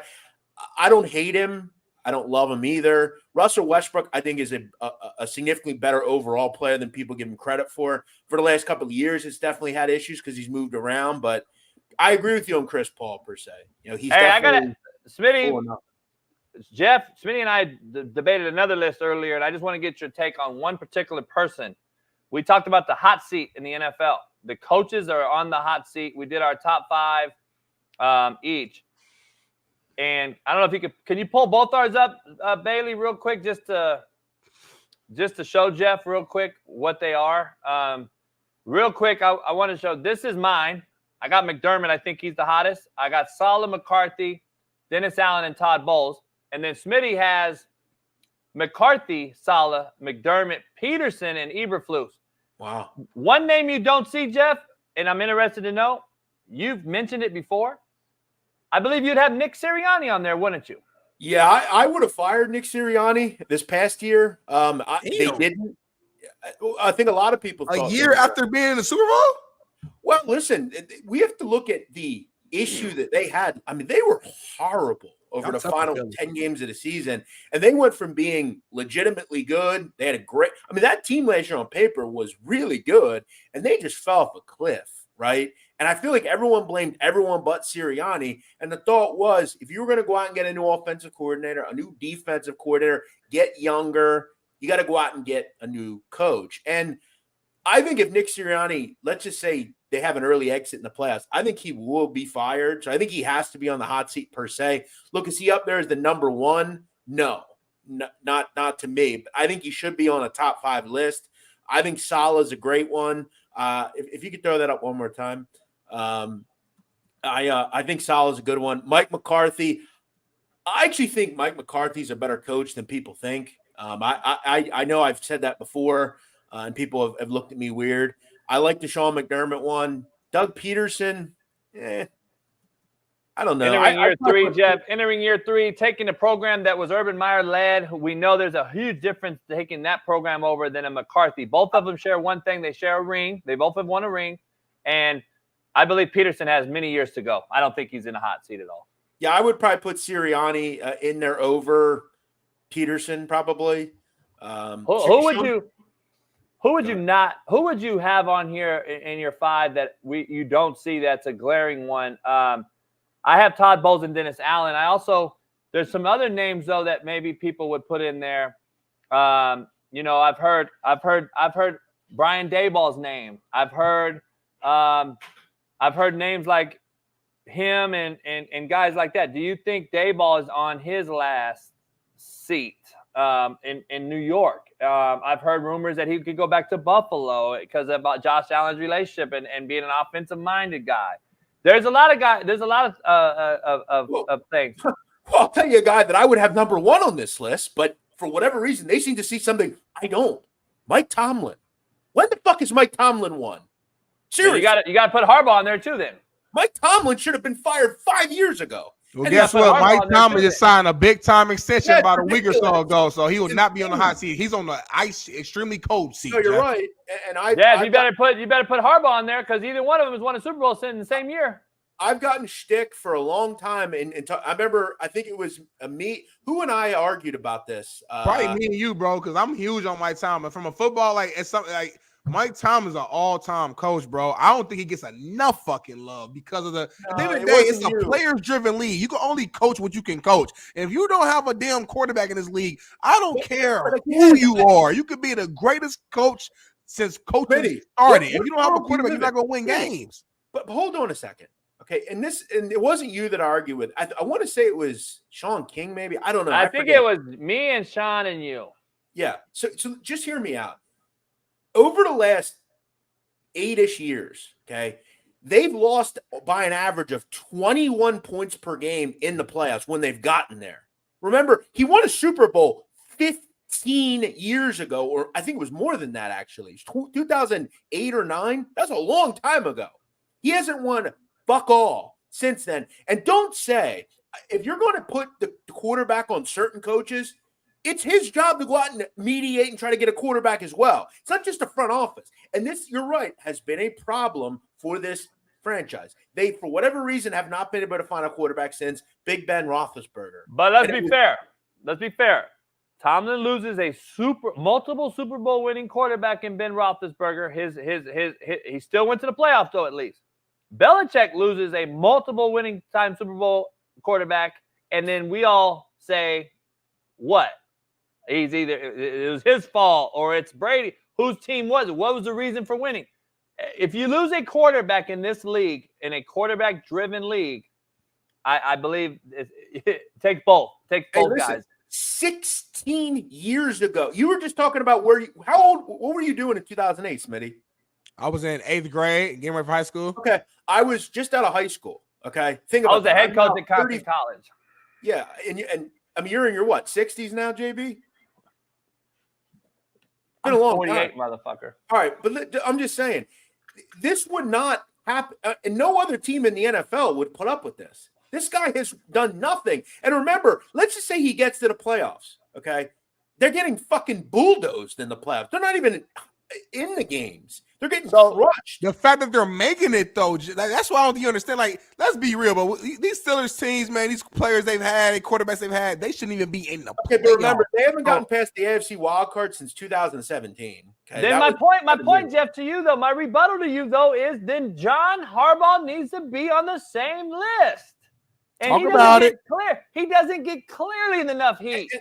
But you're right. And in terms of, if I can call a spade, you're right. I mean, in terms of why your energy not the same then? Keep it real. Well, it is. And again, if you would wait, first of all, it was 2012, so it was only 12 years ago. And number two, John Harbaugh went to the AFC title game last year and probably should have won. So yes, I mean, but also more relevant. And I love Harbaugh. Harbaugh's team, he has fucking Lamar Jackson. Please put Lamar Jackson on the Steelers. Everything the same. Please put Lamar with Mike Tomlin on that Steelers team. If I'm the coach of either team, I would have gotten rid of both of them. If I'm the coach, and if this was Philadelphia, Harbaugh would have been out a long time ago. Remember, the Eagles fired Doug Peterson a year after he won a Super Bowl. They're probably going to fire Nick Sirianni. Philly, y'all are the outliers, though. Y'all don't give a fuck. Y'all got to win. Like, players will get dropped. Coaches will get dropped. Y'all got to win. If you don't win now, they move on. Because in this town, every year, the expectation is Super Bowl or bust. And if you do not put up or shut up, you're out. We're not dealing with mediocrity. And in Pittsburgh, about 5 hours that way, they accept mediocrity. And this state is known for it. Okay, Penn State, they're another mediocre group. They have accepted mediocrity and being third best in a Big Ten for a long time. And the last time they were relevant was when Joe Paterno was there. And that was a long time ago. This state accepts mediocrity. This team, though, in this area doesn't. And we want the best coach possible. I should have kept Andy Reid then. Agreed. Hey, Jeff, let's dive into some hell yeah. Let's end the show with some hell yeah, hell no before we thank Big Smitty for coming on the show for the last year. Let's dive into some hell yeah, hell no. Real quick, what's with this shtick? I don't get it. I mean, you're not going anywhere. Shtick. No shtick, bro. We just kind of, came to some understanding yesterday. Well, I got some things going on in the personal life. I might have to go back to Indianapolis, number one. Number two, JB also told me yesterday live on the show that the reason why I was on the show in the first place was a diversity hire. He said he needed my demographic. He needed young black, millennials to join the show. I never said that. Let me ask you though, what's we all have everyone has their roles on a like what's the issue there? I mean, like I thought I was hired on because of my skill set. I thought I was hired on because of my skill set, because of my you're the young black voice in media experience on at Fox, being on the live big network program for a year and a half every single day, and being the one on here with that experience. But instead, I'm hired because I'm a black dude. I'm the black face. Smitty, as I say to all the girls that I speak to that say, I'm never drinking again on Sunday. See you next week. All right. Go ahead. Hey, you know what, Jeff? I think I'm going to go after the bald broad on ESPN because I'll never be canceled if I get her on the show. So I'm going to go after her next. All right, let's dive into Shaun King actually came back into the chat to say, stop hating, Jeff. Mike T is the best coach in the league. Well, listen, I hate that you accept mediocrity, Shaun. I guess you have some sort of relation to him, but you're not wrong. You're wrong. He's not the best coach in the league. He's fucking mediocre, and it's a mediocre hire, and that's why Pittsburgh never wins shit. This is a racist show. Let's dive into hell yeah, hell no. Jeff, I got to start with one that's not on the list that we had for you because we're going to start the show off Monday with this conversation. Hell yeah, hell no. The Big Ten is now better than the SEC. The Big Ten is not better than the SEC. Remember, just to clarify, you've added Oregon, Washington, SC, and UCLA. I'd have to go yes. Hell yes. Surely. I mean, you look at the SEC outside of, Georgia is going to be really good. We think Bama's going to be good, but Saban's no longer there, so I don't know. Mizzou's on the up and up. I like Mizzou a lot.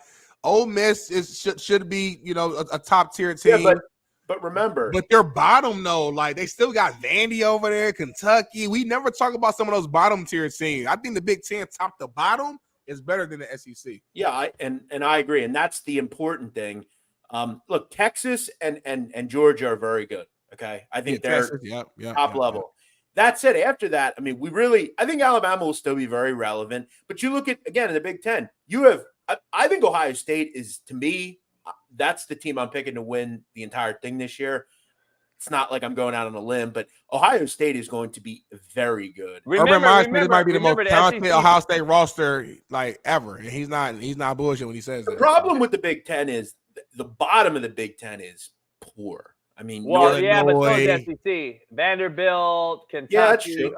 Here's the thing: the SEC added Texas and Oklahoma, though. So, like, we're gonna break it down Monday. I'm gonna break down this whole thing on Monday in a real analytical way. I'm gonna break it down Monday as far as the bottom and the bottom and the top and the top. Shaun King just joined us real quick.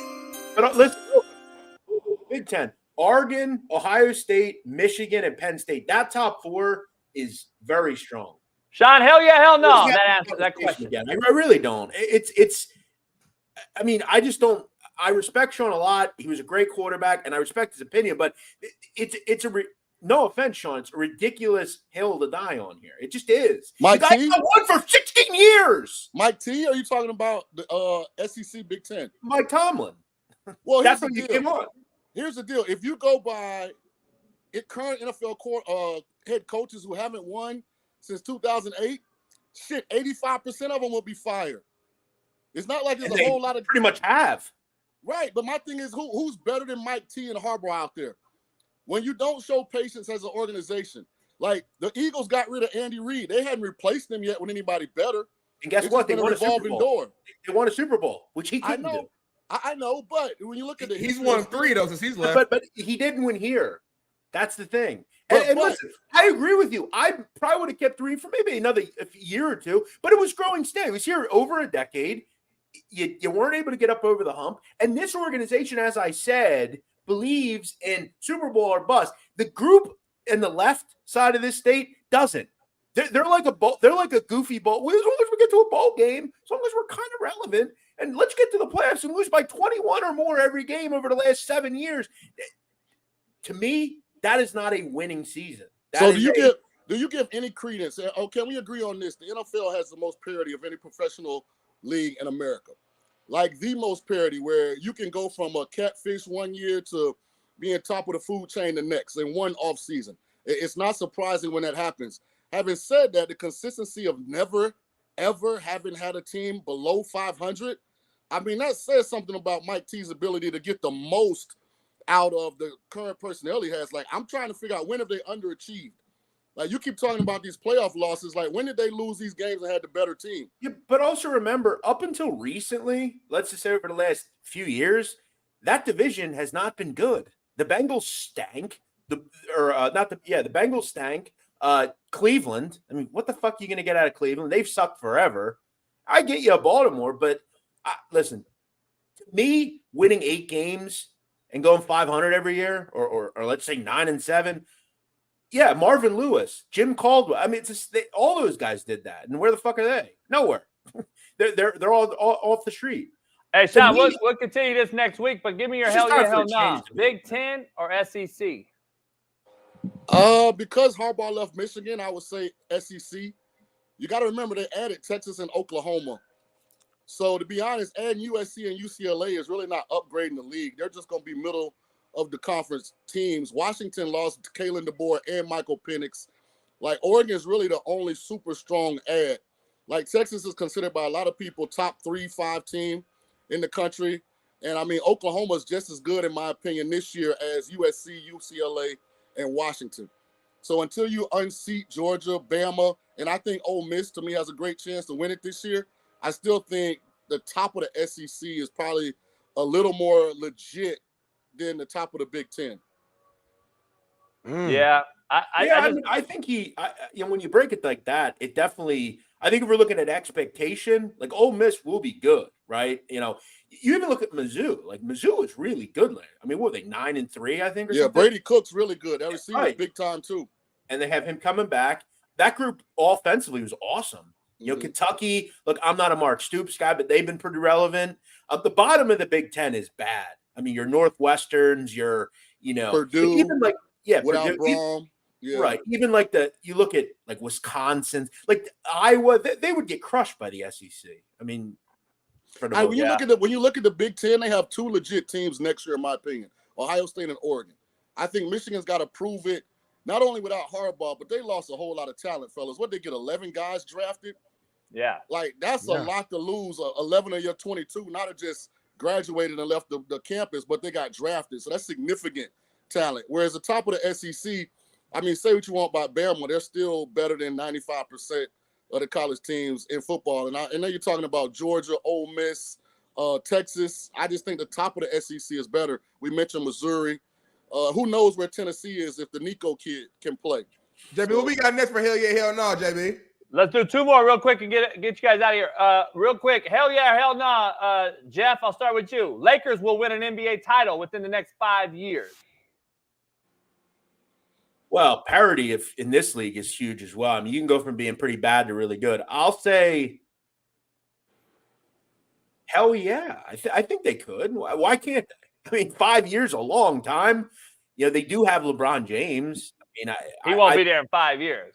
Right, sure. But for the next 2 or 3, I think he will. And I think that's your look, the Oklahoma City Thunder in 2 years went from being the worst team in the NBA to one of the best, and the best team in the Western Conference. So it's not impossible. Do I think it's likely? Probably not, but I could see it. So yeah, I'll go. Yeah. It's more likely to happen than not. I'll say hell no, just because the Lakers seem to be risk adverse when it comes to being over the salary cap, paying the luxury tax. So because they don't seem to be willing to like go to whatever extreme necessary financially, I don't think they'll get there. Smitty? I'm going to say hell no. I want to go there with Jeff because I just know the Lakers will always, in the history, they've always made some type of big major move that we just didn't expect that changes the entire kind of destiny and foundation of the team. But with this hire with JJ, it's hard for me to take them serious right now. So I'm going to say hell no. But I guess my question real quick is, who would you have hired, I guess, over Redick? Like, just somebody with experience. I would have preferred Monty Williams over him, honestly. Just somebody who at least coached. Monty Williams got fired by the Detroit Pistons. And it was a bad fire. They just hired him last year. Jeff, shitty-ass team, shitty-ass organization, shitty-ass players. You could have got Pat Riley and Phil Jackson as the assistant. They would have had a horrible year. Like that. Monty Williams just won Coach of the Year 2 fucking years ago and took the Phoenix Suns to the NBA Finals. How soon we forget? Golly. Hey, dealing with health issues and Shaun, shit. Come on. Just real quick, so we get the last one question. I would have looked at Mark Jackson, who seems to be a blackballed. I would have looked at Sam Cassell, who's been on some things. Sam Cassell's done some Gundy, things. who the Clippers just hired. And I would have looked at Jeff Van Gundy. Guys, I think some of you are, and I'm not saying you're forgetting, some of the folks are forgetting. Do you guys think the Lakers no one's hired these guys? There's a reason none of these people have been hired. Mark Jackson has supposedly been going to get a job in the NBA for like 10 years. And he never. That's why I said blackball. I think he's been blackballed somewhere. Yeah, I mean, I personally, I'm past the Mark Jackson point. I don't know if he can still coach. Like, he's been around. He's been away too long. I would have liked to get Jeff Van Gundy though, who the Clippers just picked up to assist Ty Lue. That's somebody who I would have liked to have. You know what I'm saying? I don't know. Like, there's some other options. I get my opinion with this kind of size more with Jeff, simply because of the dynamics that exist from a player standpoint. Whoever the Lakers hired, if they don't get full buy-in from LeBron and AD, it wasn't going to matter. And if LeBron's, like I said, if LeBron's going to fully support JJ and he convinced AD to fully support him, then JJ got a chance. I mean, that's just the way a team like that is set up. The coach is really irrelevant if you don't have full support of those two guys.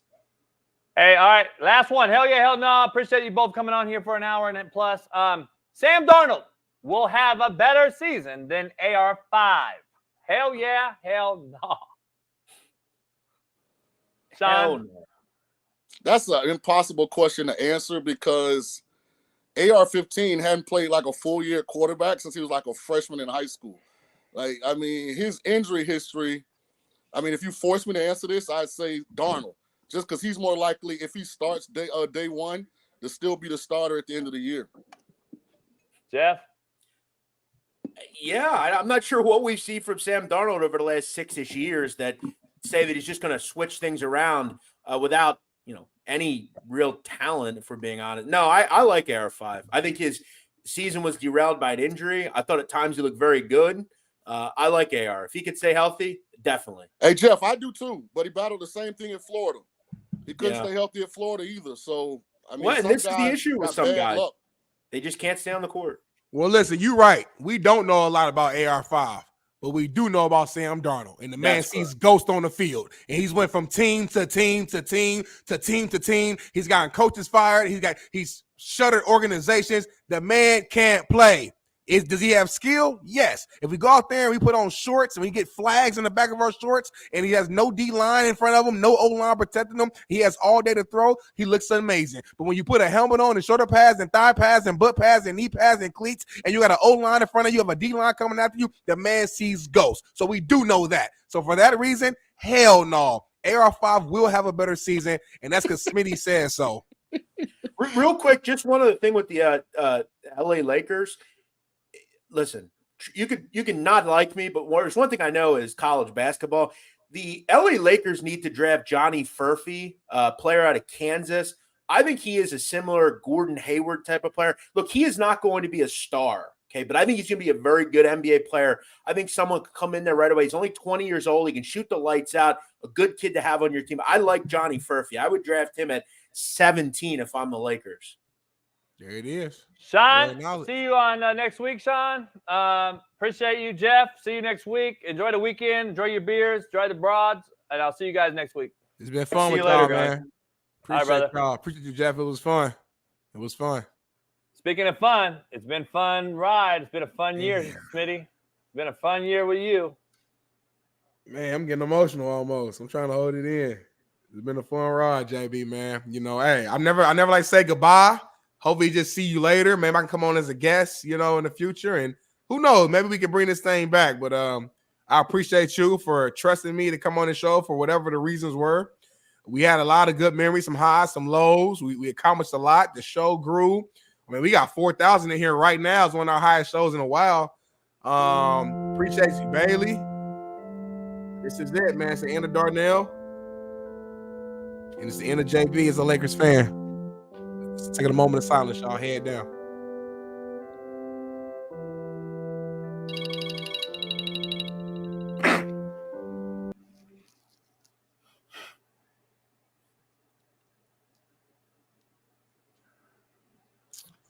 Let's pour one out for me.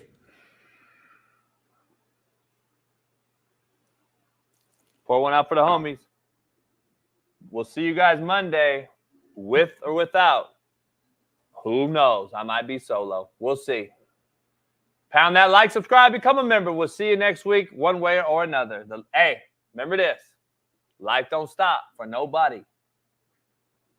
Peace. Get pressed so fast you don't get sacked like bags and baggage. Smitty and Jason Brown kill the ass.